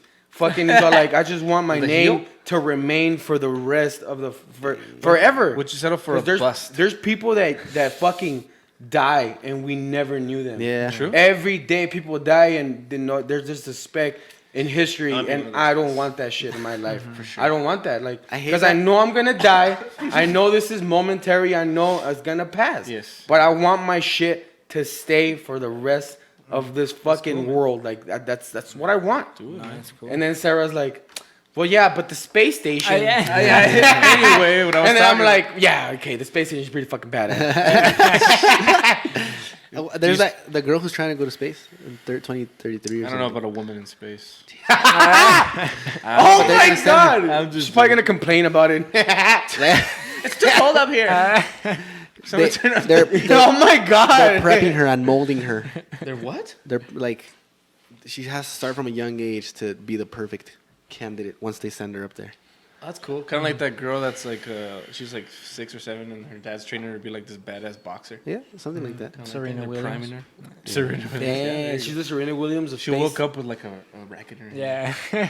She was whacking her mom's kidneys inside her Whoa! womb. Oh my god! Okay. That's not possible, okay? That is, maybe. David, more questions for you, David. Yeah, hit me with. So, Best shot. I knew you were going to say that. what is something that you're fucking loving right now? That you're like, God damn, I Done. wish I could get more of this. Whatever it is it your... Hey, that's nice. He looked over at his significant other. That's He nice. did. He looked. They locked eyes, and I felt a little heat. Just look at her so she gets red. Se sintió el caliente, el calentón. ¿Prendiste el calentón, Oscar? No sé, güey. Are you cold, by the way? We could turn Me on this estoy fan. sudando. Oh, okay. What are you loving right now? It could be anything, man. I don't think. That's a good question. That's a good question. I mean, Excellent question. I get the first good question of the day. I guess I would say I would go back to. I mean, as cliche as it sounds, I go back to like the journey. You know, I go back to those feelings. You know, I'm loving. Not really. I'm loving who I'm becoming, you know. Ooh, I'm, that's I'm nice. loving, you know, changing. Yeah. I was scared of change for a very long time. I was scared of, you know, losing certain people. I was Yeah. scared of, you know, people talking about me, people being, you know, I was scared of a lot of things, you know. Yeah. But I'm loving that I'm being more open, you know. I'm loving that, you know, I probably back last year I probably wouldn't even have came for no specific reason. Yeah. Just, you know, I would have made up some bullshit lie. Yeah. I didn't make it, you know. That's fucking awesome. So that's what I'm loving about this whole past. I'm telling you, it hasn't been long because I went through a little dark time too. It was actually when I came back from college. I went through a little dark time. So that really helped me say I was sad for a good couple of months, and literally from one day to the next, it changed because I was just like, okay, what the fuck am I doing? Just here laying in bed all day, crying like a little bitch. Like I have to. Like, I don't like feeling this way, so I'm gonna... I like how she laughs, because in her head, she's probably like, probably still a little bitch. Damn. Word? But yeah, that's what I would say. I'm loving the change, as scary as it is, I've done things that I wouldn't have done, I want to just... If I want to do something, go do it. Yeah. You're loving the journey. Reap the rewards and face the consequences. And that's kind of where I'm at right now. Like I said, I got a long way to go. You're still young, brother. But what are some things that you're looking forward to doing that you're excited about? That you're like, I'm excited on making my car go really fast. What do you drive right now? I got a 2015 Mitsubishi Evo. Oh my God, you got the Evo? Yeah, I got the Evo. Evolution. What do you have in it right I now? got the Evolution. Right now, it's pretty much stock. I have an upgraded drivetrain, so I got a new clutch system. I got a little bit of work on the tranny, but that's pretty much it. Aside from that, I have a exhaust and intake, so a couple bolt-ons. But actually, we went up to Ruidoso, and it actually started giving me some problems. So it's in the shop right now. And while it's there, I'm going to get it on full bolt-ons, and I'm going to get it on some upgraded fuel. So I'm going to be pushing some power, and hopefully... All right. are you going to be racing that thing or what? Yeah, I'm going to be beating those 5.0s, and I'm going to be taking... Damn. You know what? I've actually been really into, like, looking... I've been looking into all of that as of lately. Like, I've been looking into, like, how they upgrade engines, rotary engines, like, 2-3 rotor engines. Like, I've been looking into all of that just because I want to soup up my truck. Oh, yeah? I have a 5.3, and I want to see how much shit I can put in it. Dude. Just so for me, it's all about cosmetics. Like, I just wanted to hear, sound nice, and then look nice. Look like, nice. that's Yeah, pretty I'm a much big it. thing about cosmetics too. I like everything clean. I don't know. It has to look clean. I don't really like, like the little... I'm a big Honda fan, but I don't really like the little Honda shit boxes. They're super fast. You can make them really fast, but they look all ugly. They just have one little seat. You like having it all pretty. Yeah, I want to be able to take out my lady on, my car. Definitely. That Feel type proud of thing. about it. Yeah, exactly. definitely. Did you find out that you liked cars through your dad, through working at the shop? No, because my dad's a different person at work. He's very. It's like, He's you need the to boss. get this shit done. Yeah, he's the boss. He's so the you gotta boss. do boss shit. Yeah. Damn. I gotta do boss shit. He doesn't even call you son. He's like, David. Hey, worker number 1. Number 2. Take off.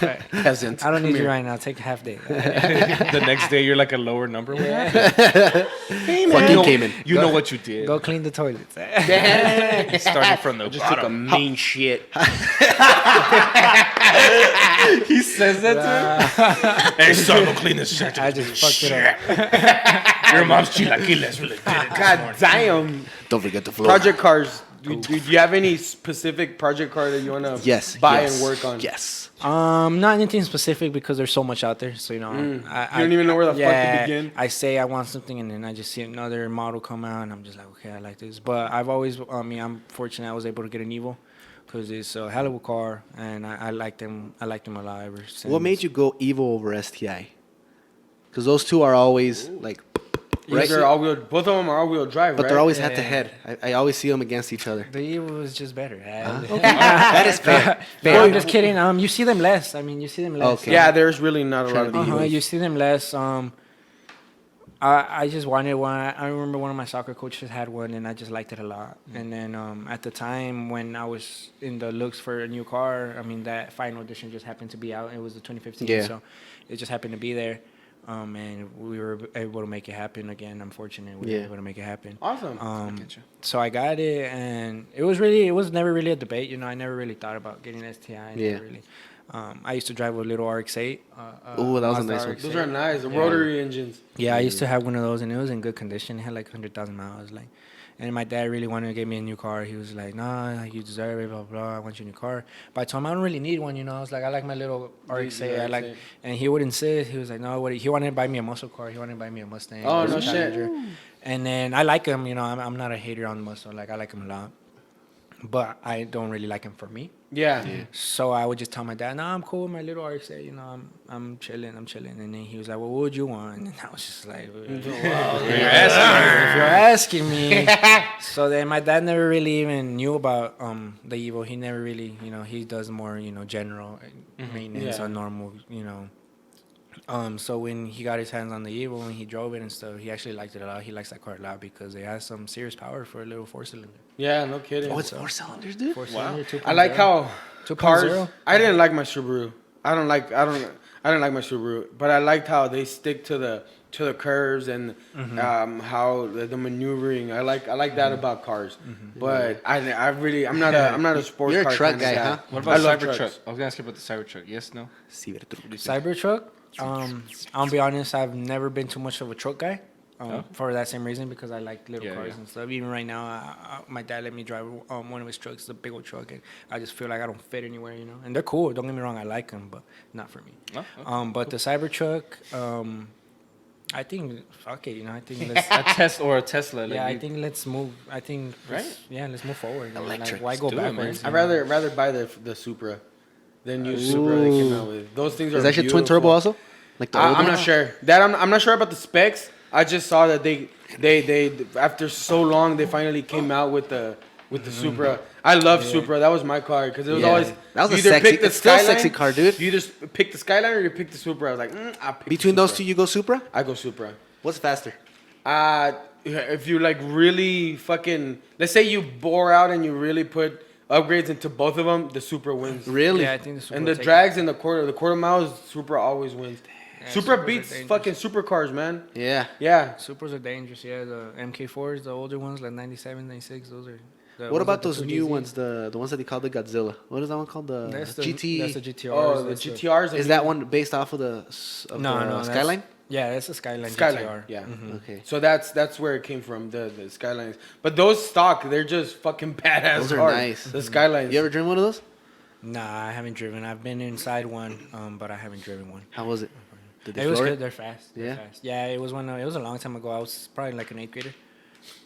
And it was one of my friend's dad. He worked at the Nissan dealership. Yeah. So he would always be driving around cars.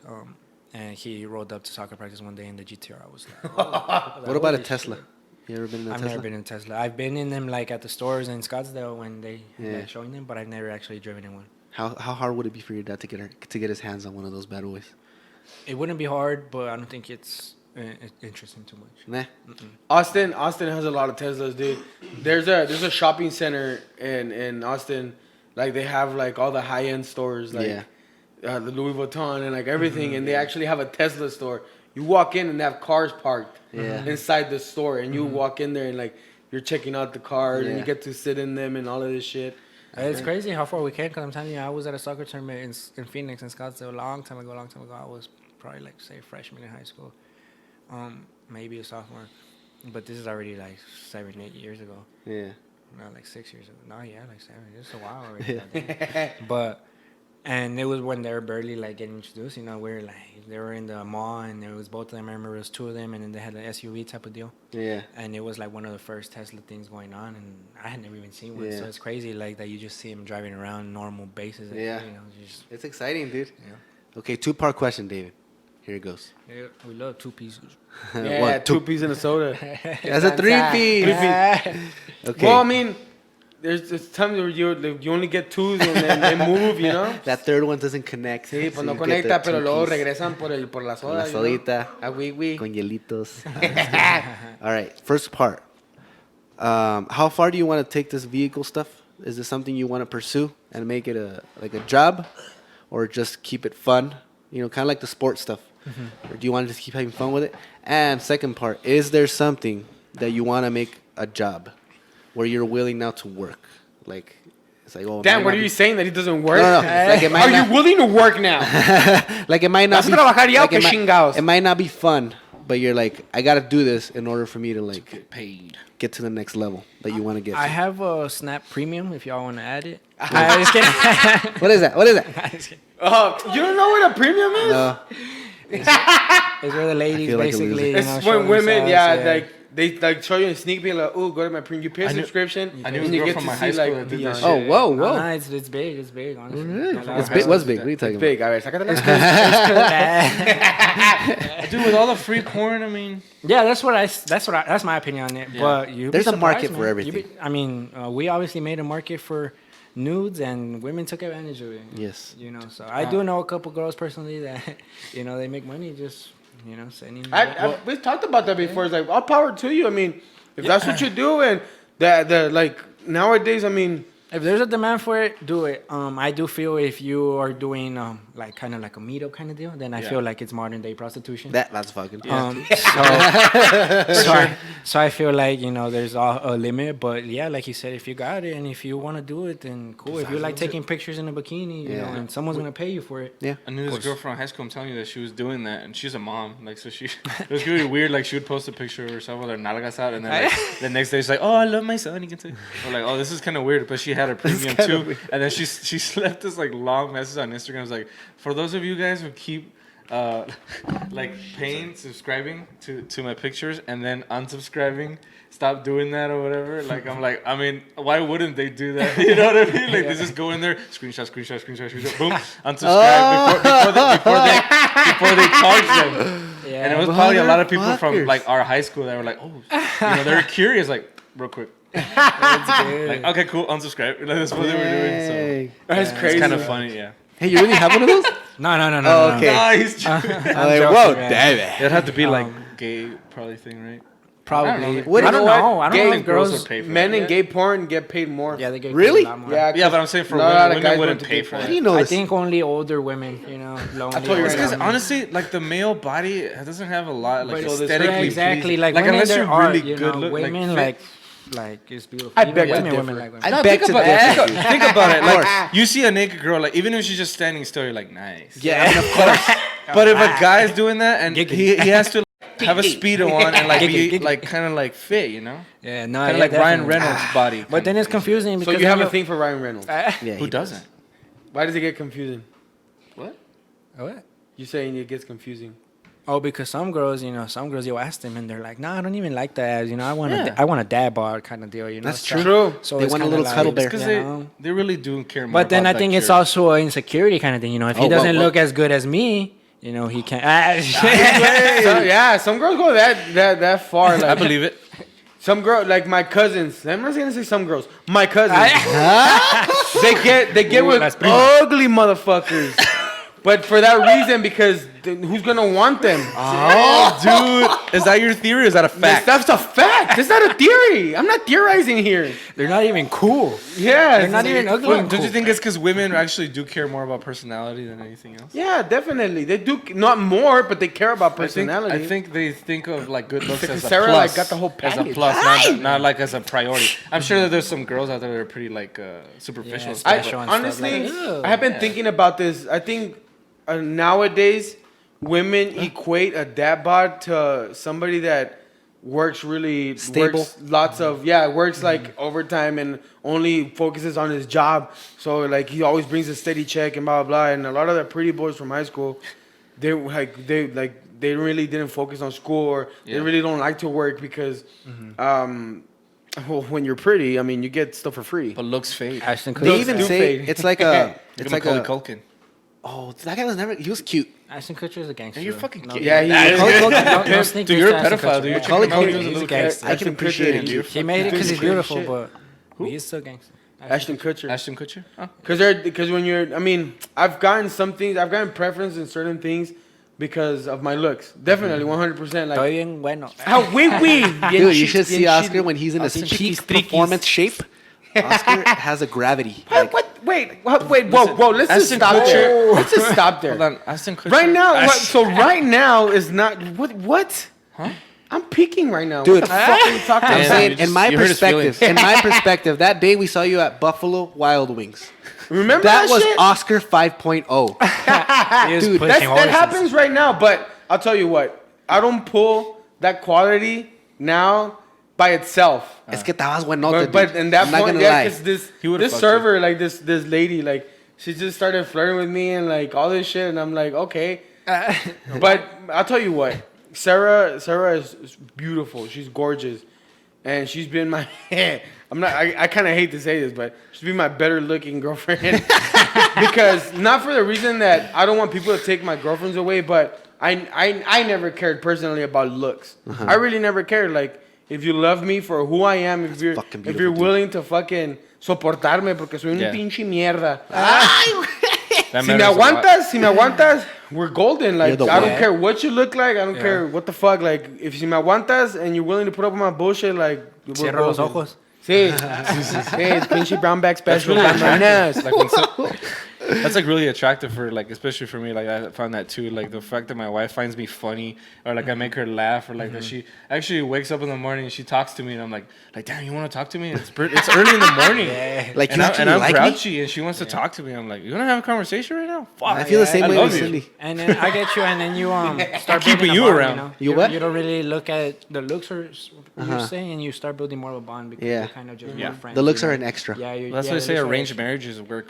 That's why actually I was telling her the other day. I was like, because I'm not just saying this kissing ass. Or anything, Oh, whoa. But she, like her personality, the way she dresses, the way she is, it's always been my type. You know, Yeah. I've always been attracted. That's my type. Yeah, That's my type. exactly. Yeah. But unfortunately, you know, the type of girl she is, I told her, like, they're usually feitas, you know.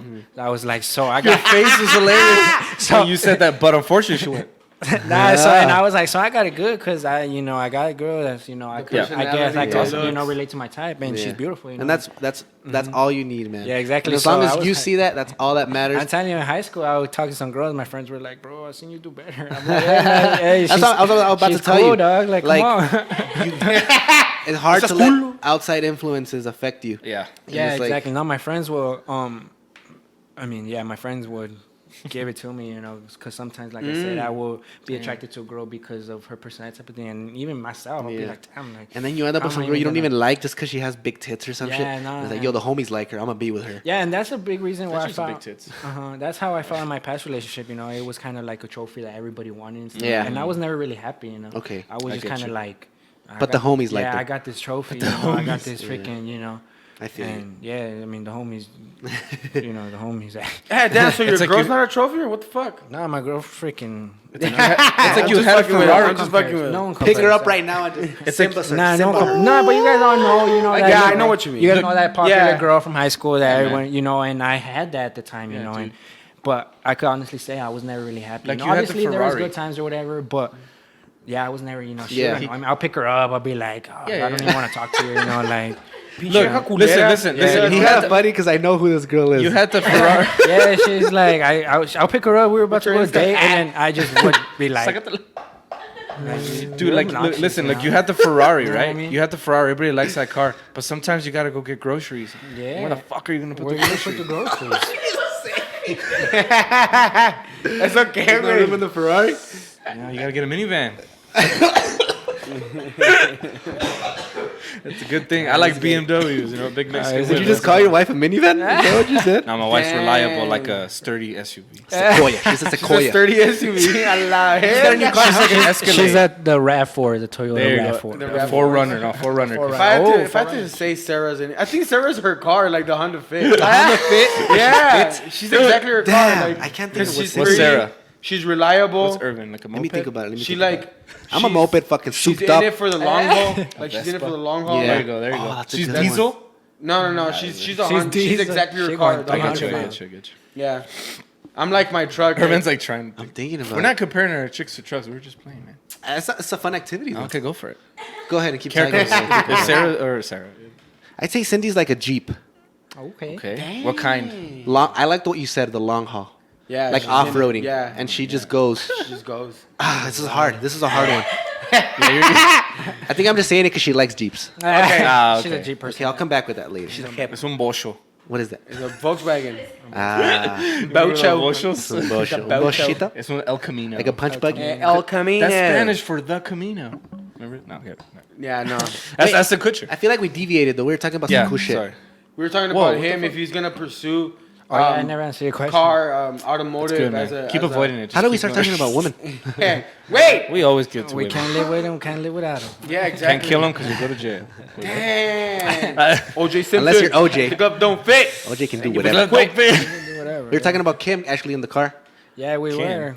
No way. We're talking about if you're gonna pursue a career in automotive. Oh, right. Just say yes or no. I don't know, but if I think I were to like, pursue a career in that field, I think it would definitely be like at a performance place. I think I'll definitely work on cars like the one that I own, like on GTRs, on things like that, because it does interest me and it's cool. Yeah. I don't know nothing about it, so I can't say. But you like it. You have That's an beautiful interest in though it. that you don't know anything about it and you get to learn more about it and you use your car as like as the first project and you build upon it. I think that's fucking awesome. Yeah, and that's kind of what I was telling her yesterday. That's what I'm gonna do. I've had that car for about 5 years now. Yeah, about to be 5 years. No, 4 or 5 years. And yeah, I've never really done anything to it for that same reason. I was scared. I didn't want to break it. I didn't want to. But if you break something, fix it. So Yeah. So that's what I was telling her. I'm just gonna go this year. I've seen this car. I've envisioned this car for years. So like it's time to go. 2020, baby. Motivation. It's dude. what it is, dog. 2020. Like I don't know. There's something You about feel it. it, dude. You fucking It's feel in the it. fucking air. The beginning of the century. And it wasn't even planned either. I just been going. It's barely started, but just go. Dude, let's go back to women. I like talking about that kind of stuff. Okay, yeah. Who does it, right? David, I got him. this is your moment to woo your woman. All right. James Wu. What do you think she's done? Because personally, I always talk about Cindy, how she and Oscar too, and Greg, how our partners have made us better people in the way that they motivate us. They give us like a reason to do what we do, and obviously, Cindy's his cousin, so Shout out. you know her. But for you, what do you think, David? What has she done to help me become a better person? Bro, Yes. how has she made you a better She person? made me a better person. Like she's listening now. She's pretty much been over anything. She's been a friend to me. Nice. And it's honestly in this day and age, I feel it's real hard to find a friend. Yeah. I feel it's hard to find a friend that cares about you, that their best interest is your happiness, things like that. It's real hard to find someone that's genuinely your friend. So her being my friend, I think has helped me, be more comfortable with myself, things like that. So I would say she has been very helpful in helping me, be more comfortable with myself. Nice. Especially because she's very comfortable with herself. I know exactly what you're talking about, dude. Ride or die. Because it gets to the point where you don't really give a fuck about anybody else's opinion. Yeah, So you can exactly. say whatever you want. Yeah, People can think exactly. whatever they want of you. But as long as your partner has the side, is like, I don't really give a fuck what you think about me. Like, this girl thinks I'm cool. Yeah, So, that like, type fuck of your girl, thoughts. Yeah, she You mean kinda- nothing to me. Like You my know what I dog. Yeah. mean? Yeah. Yeah, she kind of just, she's very open to it. She's very. It's because I'm like my dog. Way. My dog loves me no matter what. Yeah, my dog too. I already got beat up, dude. He got beat up, but dude, now he's looking for revenge. He's like, "Argh." Someone fucked up your dog? And he was tied two up. dogs. 2 dogs, one from the back, from the front. Yeah, dude. And he this got raped? dog, he was like fucking him up, and then like it got to a point where he got like chewed up and whatever. good. But I'm sorry, like we're No, it's deviating okay. from your. Oh, yeah, continue. From your, No, I yeah, like to call Sarah my old lady. I don't know why. You do say that. My old lady. Yeah. It's cool. Your old lady. I call her my lady. I call her So my your lady. old lady. Ball and chain. My lady. Nah, No, It sounds like prison, Greg. I know. But a nice Jesus one. Christ. Like for It's like it has like politicians. and diamonds and shit. Like a in that. federal prison. Yeah, like a nice one. Yeah. Like where you go They for have, like they have a writing. tennis court. So your old lady made you feel Where you more go for writing hot comfortable about checks. yourself. Yeah, she just made me like I said, I don't like speaking too much about my previous relationship, but it should have ended way more, way sooner than it You did. feel like it dragged on? It dragged on. Is it real because long. of what you were saying earlier? How Because you're for that, comfortable and there's fear? And her the same way, she's a good person. Like I don't like to sneak this on her. Right. We had good times, but she was very like picture perfect type of deal. Like she like wanted things to be like a movie. Like that's not how shit is. Like I don't want to do all that. Like I think we could be cool without all that extra thing. We don't need to show nothing to no one. That kind of deal. So I said, I didn't like that. It was just conflicting views of the world. Yeah, Because again, exactly. it's like you're saying, there's nothing wrong with her way of thinking. Yeah. It just doesn't really like. Line up with yours. Yeah, Exactly. Exactly. That's a And- huge thing And too. her on the other side, I met her more of we actually met at a fit club, at a Herbalife Nutrition Okay. Club. Oh shit. So we met a couple months after I went through my breakup. So like I said, we were just friends. We'd go work out, we'd go kick it, and then we got to know each other little by little, and we had similar interests. I mean, it was kind of weird how similar we were. So it eventually just became a thing, and eventually just became a thing. And Did you ask her out? Or I didn't actually. You want to be my girl? It's still, this is the moment. She's is a still hanging moment. out with me like just there. Yeah, I didn't actually because I never really yeah, I didn't expect that. I didn't see it coming. Like I had gotten out of a relationship. You're not really looking for a relationship. You were just having fun, It like was going just with the kind of the moment. deal, And one time, I did ask her out, like to take her out. It was the carnival was in town, and I was like, well, let's go to a carnival. Let's go do some things. And then we went, but I remember the day was real ugly, huh? Like, and we didn't. What was the moment where you were like, "This is my girl. This is it"? There is a moment way back then when I had barely been talking to her. We used to go over there by her house. She lives by Memorial Park, and we used to go up there at night. And we used to. What's her address? Just dox her right now. No. 10 10 10 7 7. I don't know the numbers, but she lives on that. The numbers. Go hit her up, guys. Just kidding. And we would go up to the park and we'd fucking smoke a little joint. Honestly, I would roll up a little joint. We'd just vibe out. We'd just talk. Awesome. And there is a time where I think it was after my brother lost his arm and we had barely came back from Arizona or something, and we were just there at the park and we had just smoked a joint and we were talking and I was pretty bummed out. I was pretty sad, and that wasn't the moment where I was like, "Where's my girl?" But this is my girl. But it was a moment where I was like, I want to hang out. yeah, she cares for me, Yeah, she's special. Like That's cool. That was that moment, and then I'm gonna have to drive back with you guys. And if you're in the back seat, it's gonna get hot, isn't it? I feel like because of this conversation. Whatever has to happen. I feel like thing to say. I feel like she's feeling. Cause she's looking at you in a certain way right now, where I'm scared to get in the same car. What a weird thing to say. fucking share my yeah. Just don't make eye contact That's with how me, it was please. for me, man. Like, cause I was at the time where I met Sarah, I was broke. I was broke as fuck. I was fat as fuck, fatter than I am right now. And like it was just nothing was going for me. And Sarah loved me. But she like, saw that in you. She saw what can be. That's nice. And she invested in me. She invested time. She invested money. And till this day, like she's a ride or die. So definitely I can assimilate with you, like where it's just like it with this person loves me no matter what, or will be with me no matter what. Like they love you in your shitty times. Yeah, And she met me in a shitty time. Yeah, exactly. She met me in a shitty time as well, and yeah, you have good times. Like you have good times. We have way more good times than bad times. We've had our upsets and that too. I through my fuck ups in the little time that we've been together. Well, it's been almost 2 years, about to be 2 years already. It flies. Yeah, it goes by fast.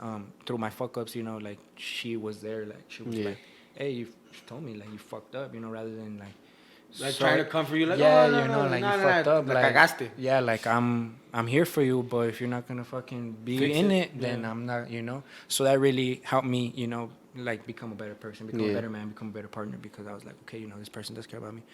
I gotta, it's worth it. awesome, It's worth it. So you just start becoming a better person. Earlier, little by little. you said some cool shit. You were like, we were having fun. Like you were just having fun. Yeah. And Cindy really likes the whole relationship stuff. She loves talking about that kind of stuff. It's one of her passions. Like she really does. And she says one of her strongest things that because people will come to her for advice. It's pretty cool. Yes, me too. They'll come to her and they'll be like, hey, so what am I doing? And she's like, if you're not having fun in the beginning, how do you expect that relationship to work out in the future? Like if you're already arguing, if you're already like deciding what you're going to do. It's like it hasn't even been a year yet and you're not even having fun. How is that going to work? Shit. Like the first year should just be, not to put times on it or whatever, but you should just be enjoying having fun, getting to know each other. Yeah, exactly. Cochando a todo lo que da. todo lo que da, chingado. Yeah, it plays a big part. Todos irritados. Todos pink de todos lugares. Oh my God. And then it's Chafing. like, chafing to the point where it's like you have little flakes of skin all over your Oh my God. underwear. God I'm just damn. kidding. No, but she's like, you gotta Funny? just have fun. You know what I mean? And then of course life is gonna happen. You're gonna eventually you will have things that you disagree on. And those are the things that as a marriage, as a build couple, it, man. Build it. You build and fix each other. I mean, not fix you, but like agree on certain things. Like okay, well we can do it or whatever. But if it starts off already rocky, like damn, It's only gonna get. it's gonna be worse. tough. Yeah, It's only gonna get worse. Like there's no way. Yeah, I don't know. That's just that's always been my big thing. Like if we're already fucking this up. Yeah. Like we should just. But then it goes back to we what should- David was saying earlier, how it's like, but you're comfortable and you're like, hey, the sex is good. Yeah. Or like, she's nice, she's good looking, Yeah. and you stay. Well, because you become a different person, dude. Yeah, and it's Go ahead. You know, yeah. So you kind of get lost in that thing, you know, like the relationship. You kind of become a different person, and that happens too when you have like a shitty job. You know, you kind of become a different person, and that kind of becomes your identity. Yeah. That's kind of like what we were talking about. Like when you went to college, you kind of felt a little lost because you knew yourself as I'm the college guy. I'm going to college, and then it's like, okay, now I got to do something else. Yeah. It was like his identity. Exactly. So that's why he felt that way. Like, oh man, like, what am I supposed to do? It's like, oh wait, I could just not do this anymore. Exactly. And I can see where we're talking about earlier too, about jobs, about relationships, whatever. It's just that fear, dude, of moving forward and Yes. you're comfortable. And It's a risk. on top of that, throw circumstances like, oh, they already met my family. We already have like shit All the little together. details. We bought a house together. And then it gets, the I have older you get, the children. more and more like you have children. You have a house, you have a mortgage, you have everything. And it's just like, damn, it just adds more and more stuff where you're like, shit. Yeah, that's where It's I feel harder and harder. Yeah, that's where I feel you guys have to individually, have your lives. Like I have my lives.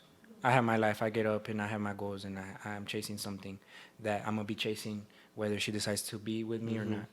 And her the same. She should be. She has her own goals. Yeah, and she her has her own- own whole. And then we come together and we have our life. Yeah. We have our things, and I like that. we have our things because, I mean, if you're depending on someone to make you happy, then.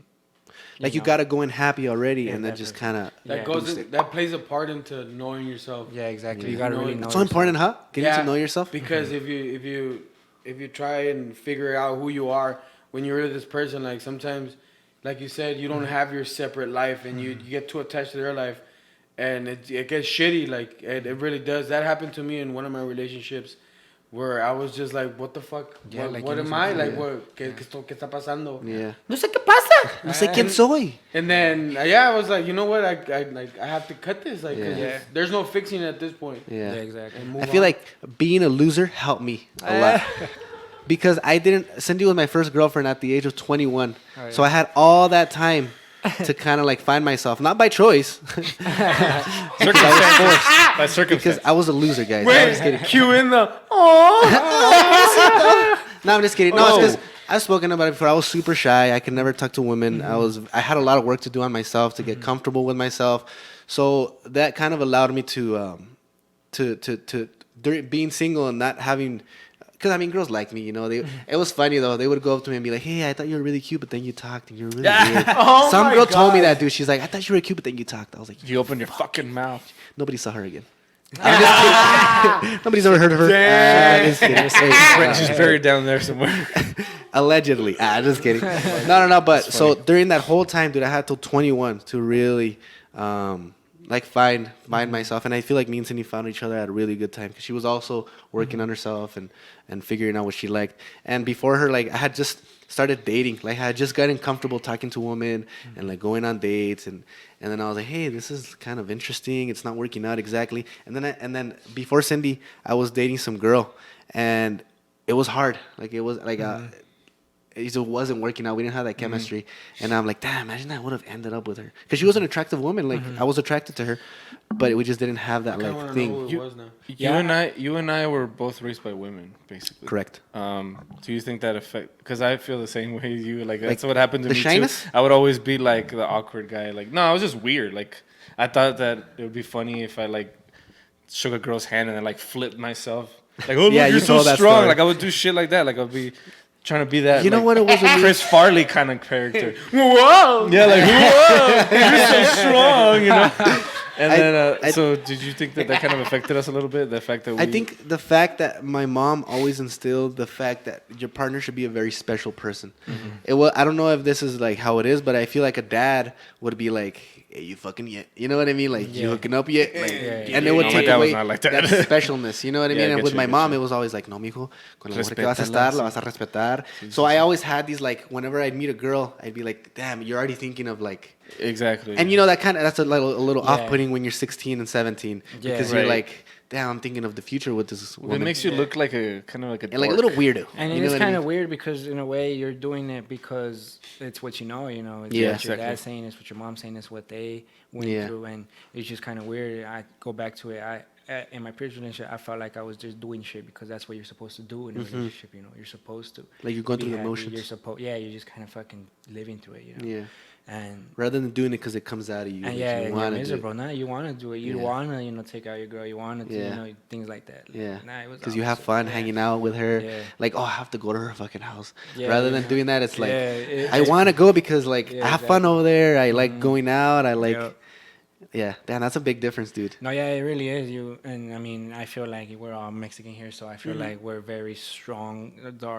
Our parents' opinions are very strong. Like the Oh, yeah. tradition is very strong, Yeah.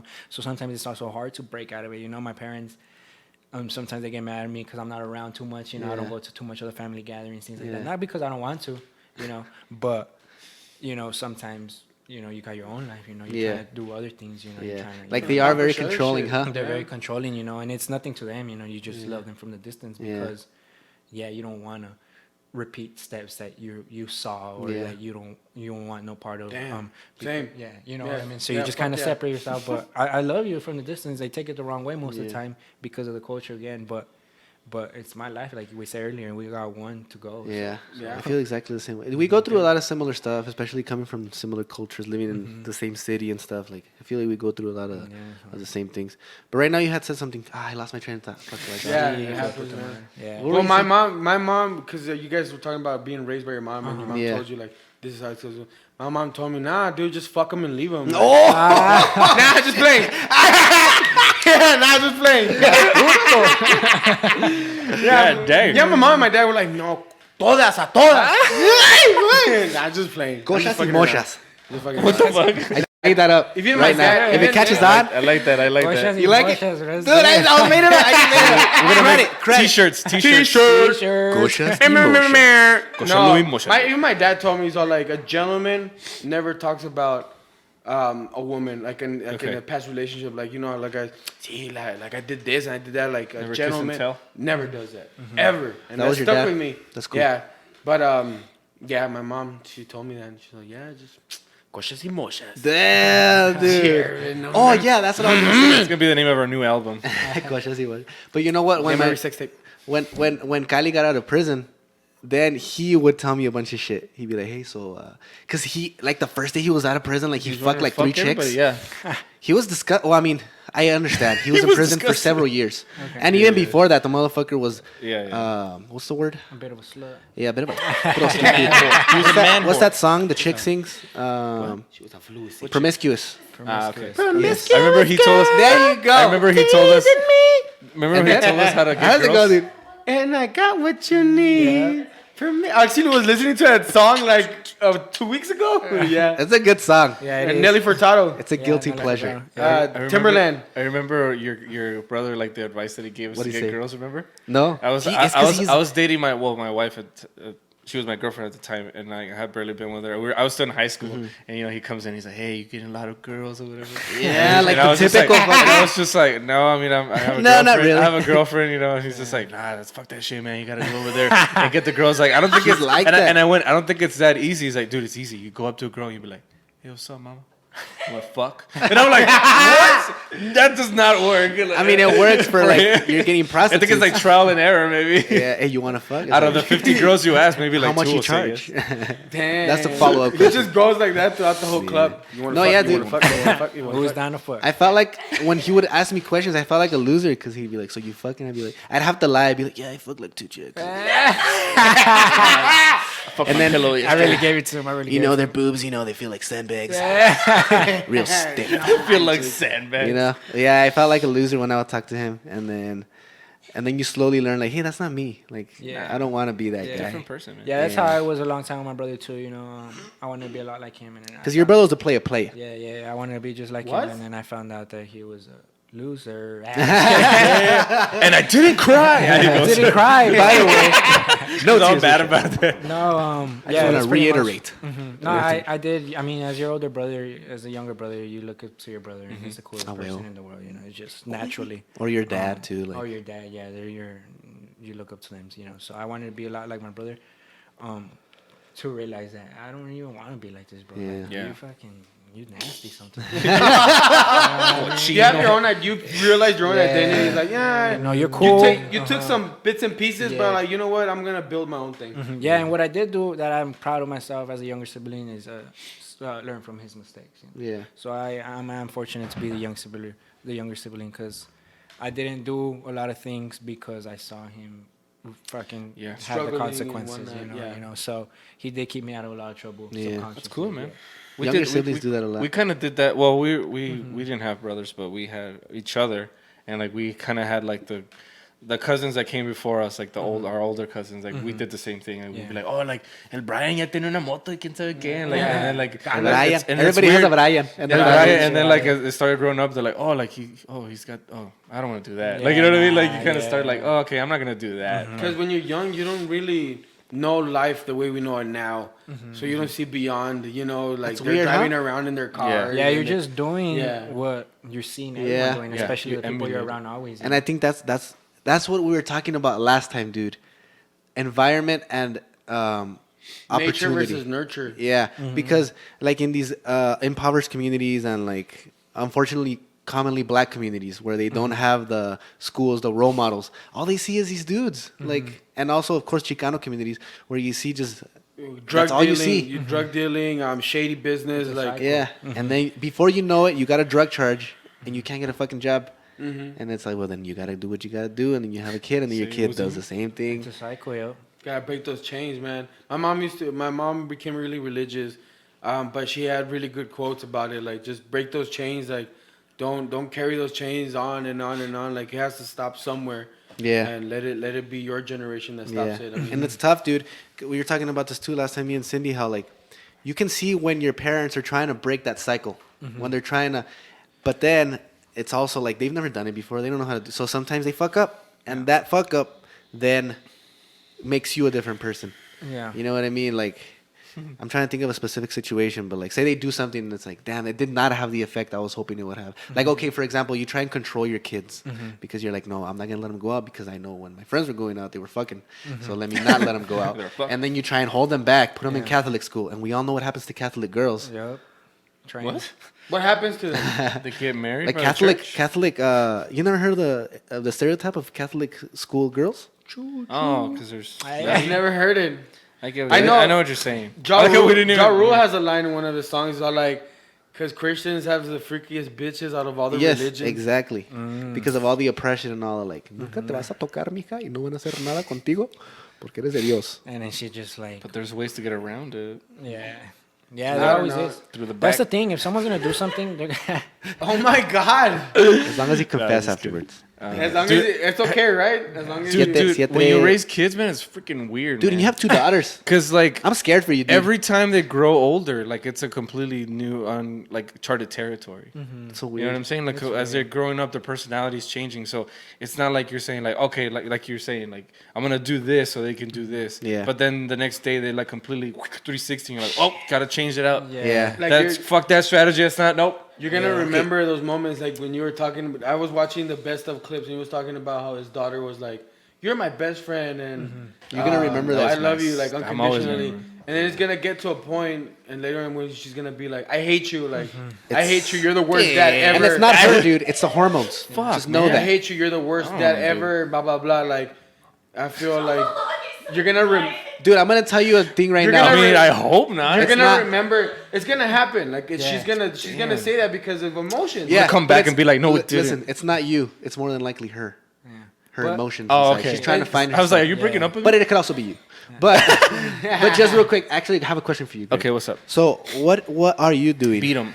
What are you? Oh, I'm just kidding. What's up? what are you doing to make It's like a burn. to try? I'm not saying like to guide, but like to try and have your daughters, end up in a good family with a good relationship to where they're not like going from guy to guy. Or, Yeah. What are you trying to do? Well, obviously you got to lead by example. I mean, I try to like when my wife and I like she Melissa, I love you. But she has a temper, and sometimes when she gets mad, she raises her voice. And Dude, so all I always women have I tell her tempers. that like listen, that's cool. I get you're mad, like I fucked up, whatever. Yeah. But let's always try to keep it in a controlled. Yeah. You know what I'm saying? Because I don't want her to see that like that. That's Yeah. the only way. Because I get mad too. Yeah, of course. I'm like more of like a steamer. Like I'll steam and then I'll blow up. And then now it's all fun. I read a quote where they were saying that women are like a storm of emotions. Like it'll flow sometimes here, and as the man, you kind of have to be that like that strong pole that she can grab onto. Hey, wait. Okay, Wait, hold on. That Is she sounded the storm sexual or as is she fuck. in the storm? Yeah. Okay, she is the storm. The storm doesn't grab on there. Listen, you know what I get what you're saying. It's I get what general you're saying. human emotion, man. Like, Yeah, you're Because gonna- But dude, they I- also have hormones that we don't have to deal with. That's true. You know what I mean? I don't Look believe at her; it. she's agreeing. She But I knows. also think he's spot on the Levi example because Yeah. as a kid you really just do. That's what you base your relationship Yeah, you off of, base man. everything, you know. So if his daughter's growing up seeing how him and his wife love each other, And you know, and also- they're gonna want the same type of deal, you know. Yeah. And also, I try to build their confidence una vez because, like, I grew up with, like, I mean, I've talked about it before. I have like really low self-esteem. Even to this day, like You've bullying, improved. like fucks you up for a long time, dude. Like, Yeah, you it remember that shit forever. Yeah, but like, fuck so bullies. every because day, you're a little bitch. yeah, for real. No, like, I'm not equipped for it, okay? So every day, like every night, I always tell her, like, I tell her 3 things. I stole it from a movie, but you guys might never have seen the movie, so I'm just gonna take credit for it. I always tell her, like, look, you're smart, you are kind, you are important. I tell her that all the time. Damn, that's cool, In Greg. Spanish and in English. No, it's And cool. so I she respect repeats her it now that. too. No, it's cool because Yeah. that's what she's gonna stick in her head. And I you want her know. to, yeah, I You're want giving her her to value. Yeah, when she's telling a story on her dad, she's gonna say, "My dad used to tell me." Yeah, who." exactly. So when a guy comes and tries to disrespect her, she's Yeah. gonna be like, Well, that's not what my dad told "Yeah, me. you know, like that's not what I know." Exactly. You know, You, that's not you're what I giving know. her a Yeah. sense of. I think that's very important. That's smart of you. Giving her a sense of value to where she's like, I don't have to be taking this shit. Well, Tony- Dude, like Yeah, Cindy yeah, has exactly. so much value for herself. She values the exactly. fuck out of her. And like, And because honestly, Okay, I mean, I'm trying to break that. I'm trying to make her No, I'm fucking saying, like- worthless. like that is my goal.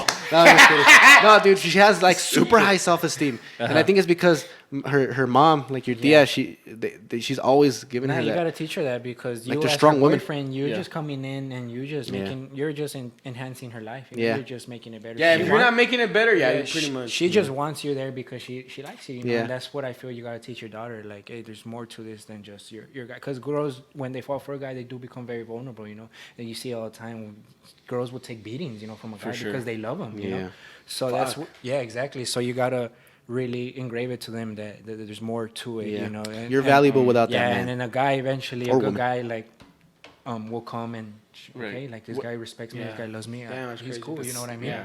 Don't have girls. That woman, That's tough. that's crazy that you bring that up. I mean, for a woman, nobody will ever know the things that a woman goes through, especially in Right. a relationship like that where she's just, I mean, man, like getting beat up but she loves this person and she's committed and oh man, I just it kind of breaks my heart Yeah, to know yeah, that to even for a man to come to that point to beat up a person like Yeah. to beat the significant other that is willing to do anything for you. Yeah, exactly. Damn, And it's a like, sad, that's- it's a sad thing. you Fuck, know? I have like, one more thing. Say it, oh Greg. man, like I'll be if I've seen that some lady was yelling like, oh, like this guy, come get him, like he's trying to beat me up, Yeah. and it was me and Sergio. You saw and that shit? We were gonna go beat the shit out of Yeah, him, it's but he 'cause- spit off in his car. Yeah, dude, that's one thing that's like, just like, boils your fuck, fucking yeah, blood. Fuck, yeah. Because in a way, you know, I mean, physically, a man is just bigger, stronger. You know, they can't do much about it. You know, they could fight back, but a guy lays his hand on you, it's gonna hurt. You know, Most guys. Yeah, most but- guys. The majority for sure. But I'd make it a point to say that there's nobody as strong and nobody has a bigger will than a woman. I'll tell you like 100% because Sarah's will is just it's unbreakable because no Unwavering. matter what she goes through, like she keeps fucking going and that's why I like working out with her because she's fucking she's just like my capacity for pain is not as big as hers and she hasn't even gone through birth.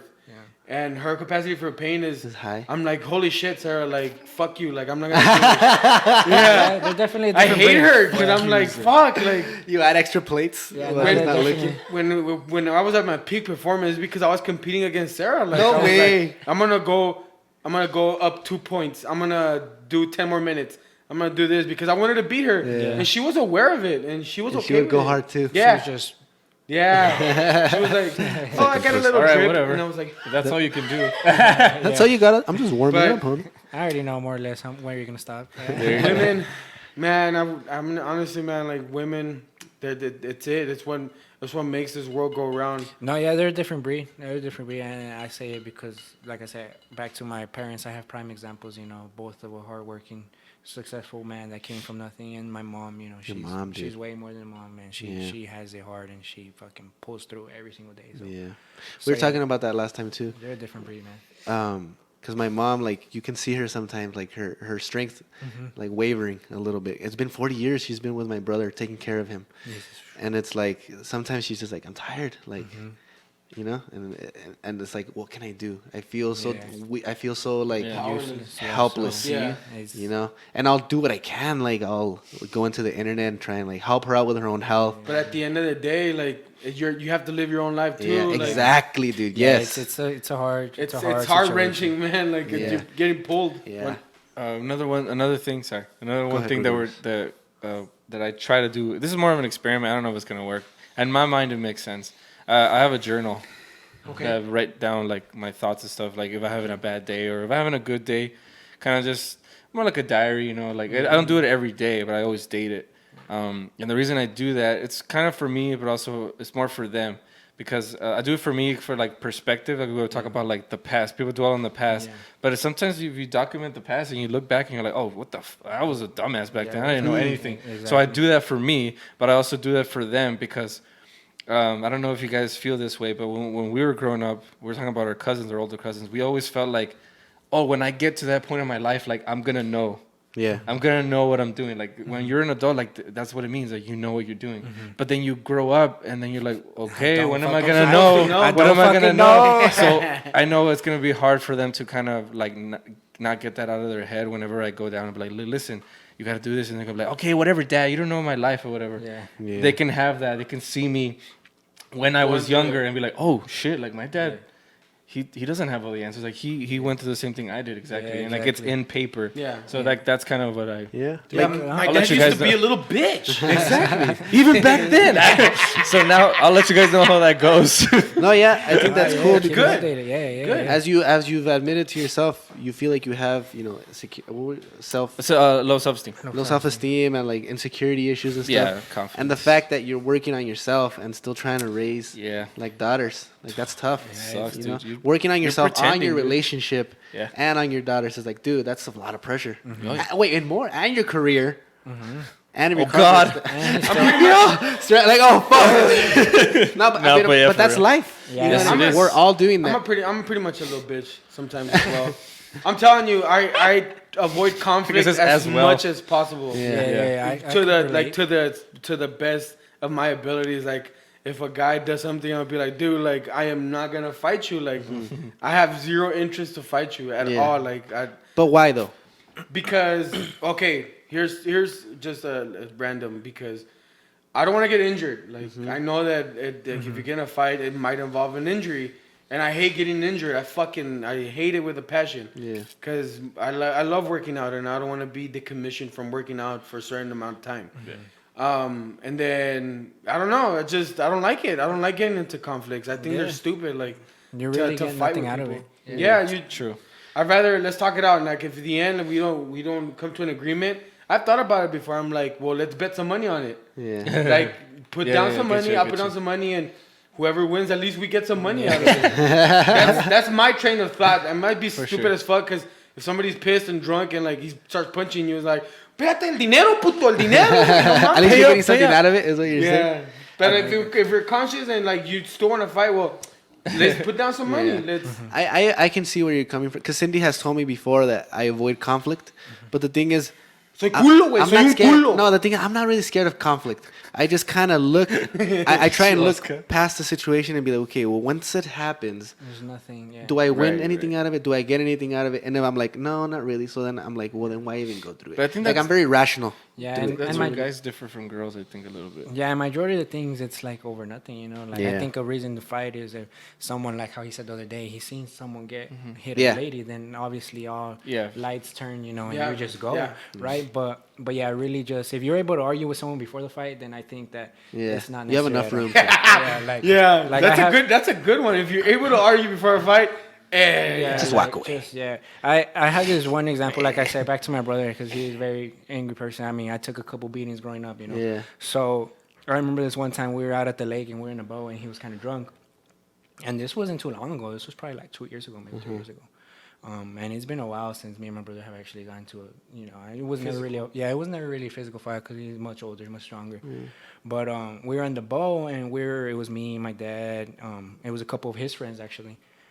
and he was a little drunk, and I was sitting passenger, and he's like, "Let me sit there," and I was like, "No, yeah," I was like, "No, bro, I'm sitting here." Yeah. He's like, "You already sat there on the way, like let me sit there back," and then so I was just kind of like, yeah, I was like, I see where you're coming from, but like, But I'm not gonna move. yeah, I was like, I'm sitting here, bro, like I'm sitting here, Yeah. and you could see that he was getting mad, and then me just like I was just sitting there, it wasn't that big of a deal. Yeah. I wasn't sitting, and then he got real mad, and he smacked the fuck out of me. Damn. In front of his friends, in front of my dad, Yeah. and, Okay. Yeah. There you go. and it got me upset. Obviously, it got me mad.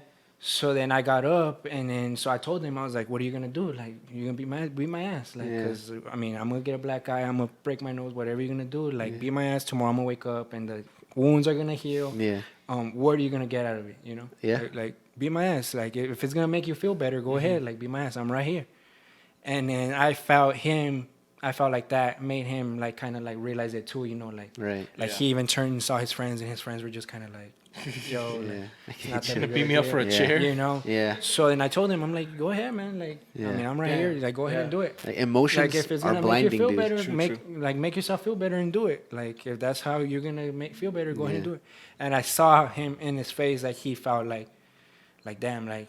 Yeah, he Kinda snapped snapped out out of of it. it. Imagine that. he got embarrassed, Yeah. he got embarrassed. He was in front of his friends. Like, it was just awkward. We were all having a good time before this. And he was just like, fuck, Yeah. So, and I mean, before I wouldn't really stand up for myself like that. But like I say, you're growing. It called You're for it Yeah, that you're moment. becoming a better person. Yeah. So I literally told him, like, I'm willing to take it, bro. But, Yeah. like, think about what the fuck you're doing. Yeah. Get you. Like, and Yeah, dude. Emotions are Yeah. they blind you. Like, And then you sat back down. Till you figure it out, I'm gonna sit right yeah, here. yeah, sat back down. Nah, yeah, and then right well, here. that obviously cooled the situation off, and my dad obviously got a little upset. He's like, "Hey, why the fuck you gotta do that?" You know. Yeah.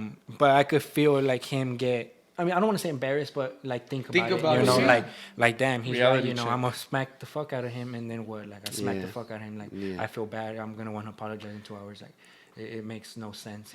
Bullying. It's kind of like bullying. It's a form of bullying. Yeah, and I used to do that in high school. No, I wouldn't hit people, but I did bully some people. Doesn't I never weigh. hit them. But I did bully people, and Was it based on emotion though? Like, yeah, just emotion, and I think about it now, like, and if I was to see him, like, I don't think I'd say hi to him, cause I'd be like, well, in high Embarrassed? school, like, not even embarrassed. It's like, you probably didn't even like me. Like, Yeah. why now, Oh, like, okay. fake it to where, like, oh, like, we used to be homies. Like, we weren't really homies, man. Like, you don't have to pretend. Like, you knew me. Like, that's about it. Like, Yeah. but you were pretty. Or like when I see people that used to be bullies to me, like, I'll say hi to them, like, peace. But it's not like, hey, que rollo. Like, Yeah. Right, you're right, a dick, dude. Like, Yeah. let's be honest. Like, True. Exactly. yeah, I'm glad you're doing okay and blah blah blah. God I don't bless care you. about your life. it's funny hearing that you would get bullied. Like, Yeah. I would not yeah. expect you. To I feel get like bullied. I everyone saw to it. a point. I've never like, gotten bullied, dude. No, you don't think No.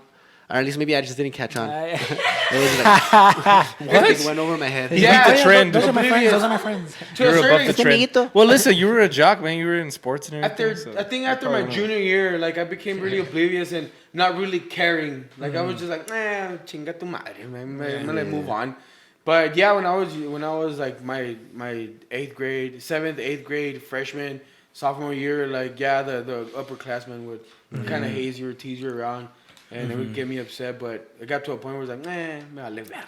Yeah. When you stand up to people, that's when you really realize that most of it is emotional. Like, as we were talking about, it reminds me of, I don't know if you guys have ever seen Fight Club, Oh, I love that movie. but there's a part where, spoiler alert, there's a part where their assignment is to go out to random people and start a fight. And none of them And then fight. like Brad Pitt says like, but the thing in reality, I think it was Edward Norton. He's like, the reality is that the majority of people don't want to fight. Like, Yeah. so like they were like punching random people and like trying to agitate them, and they were like, Let 'em, oh. yeah. I think like one guy punched him back, and then he got scared and he like started running away. Yeah, exactly.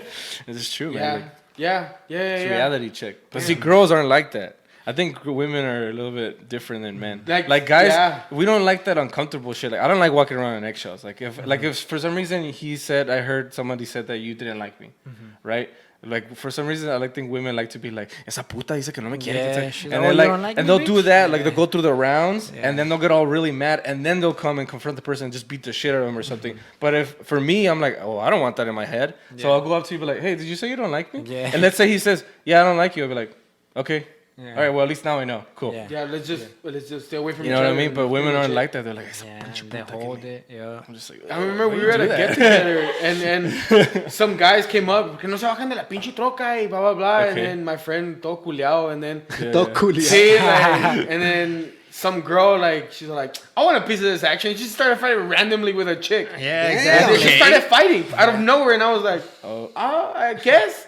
Go. But the guys, like, we never got down. It was like 4-on-4. Like it was Yeah. even. Everybody gets a piece of action. But none of us like went down to fight. Nobody. Oh, yeah. And the girl, like a random girl, and then the girl that we were hanging out with. Yeah, dude, you see that in high school, like the cholillos, like it'd be like one side and the other side, and then all the girls would be like, yeah, puta, que and they're like hitting each Yeah. other, The guys and all the were guys like- are in the background just looking cool. You know? But in their Se head, van a they're caer los like, pantalones. cállate, hija de la Yeah. chingada, no mames. No traigo nada, no traigo Dude, nada. girls will fuck each other. It's because your girls have hair. Yeah, That's a it's really big dangerous. disadvantage. Like Yeah. Rosa Mayunas. It's all about the girl that gets the one and then just, Yeah, like, the one that gets a hold of the hair first is. yeah, valiste Tú verga. agarrar los pelos de los huevos.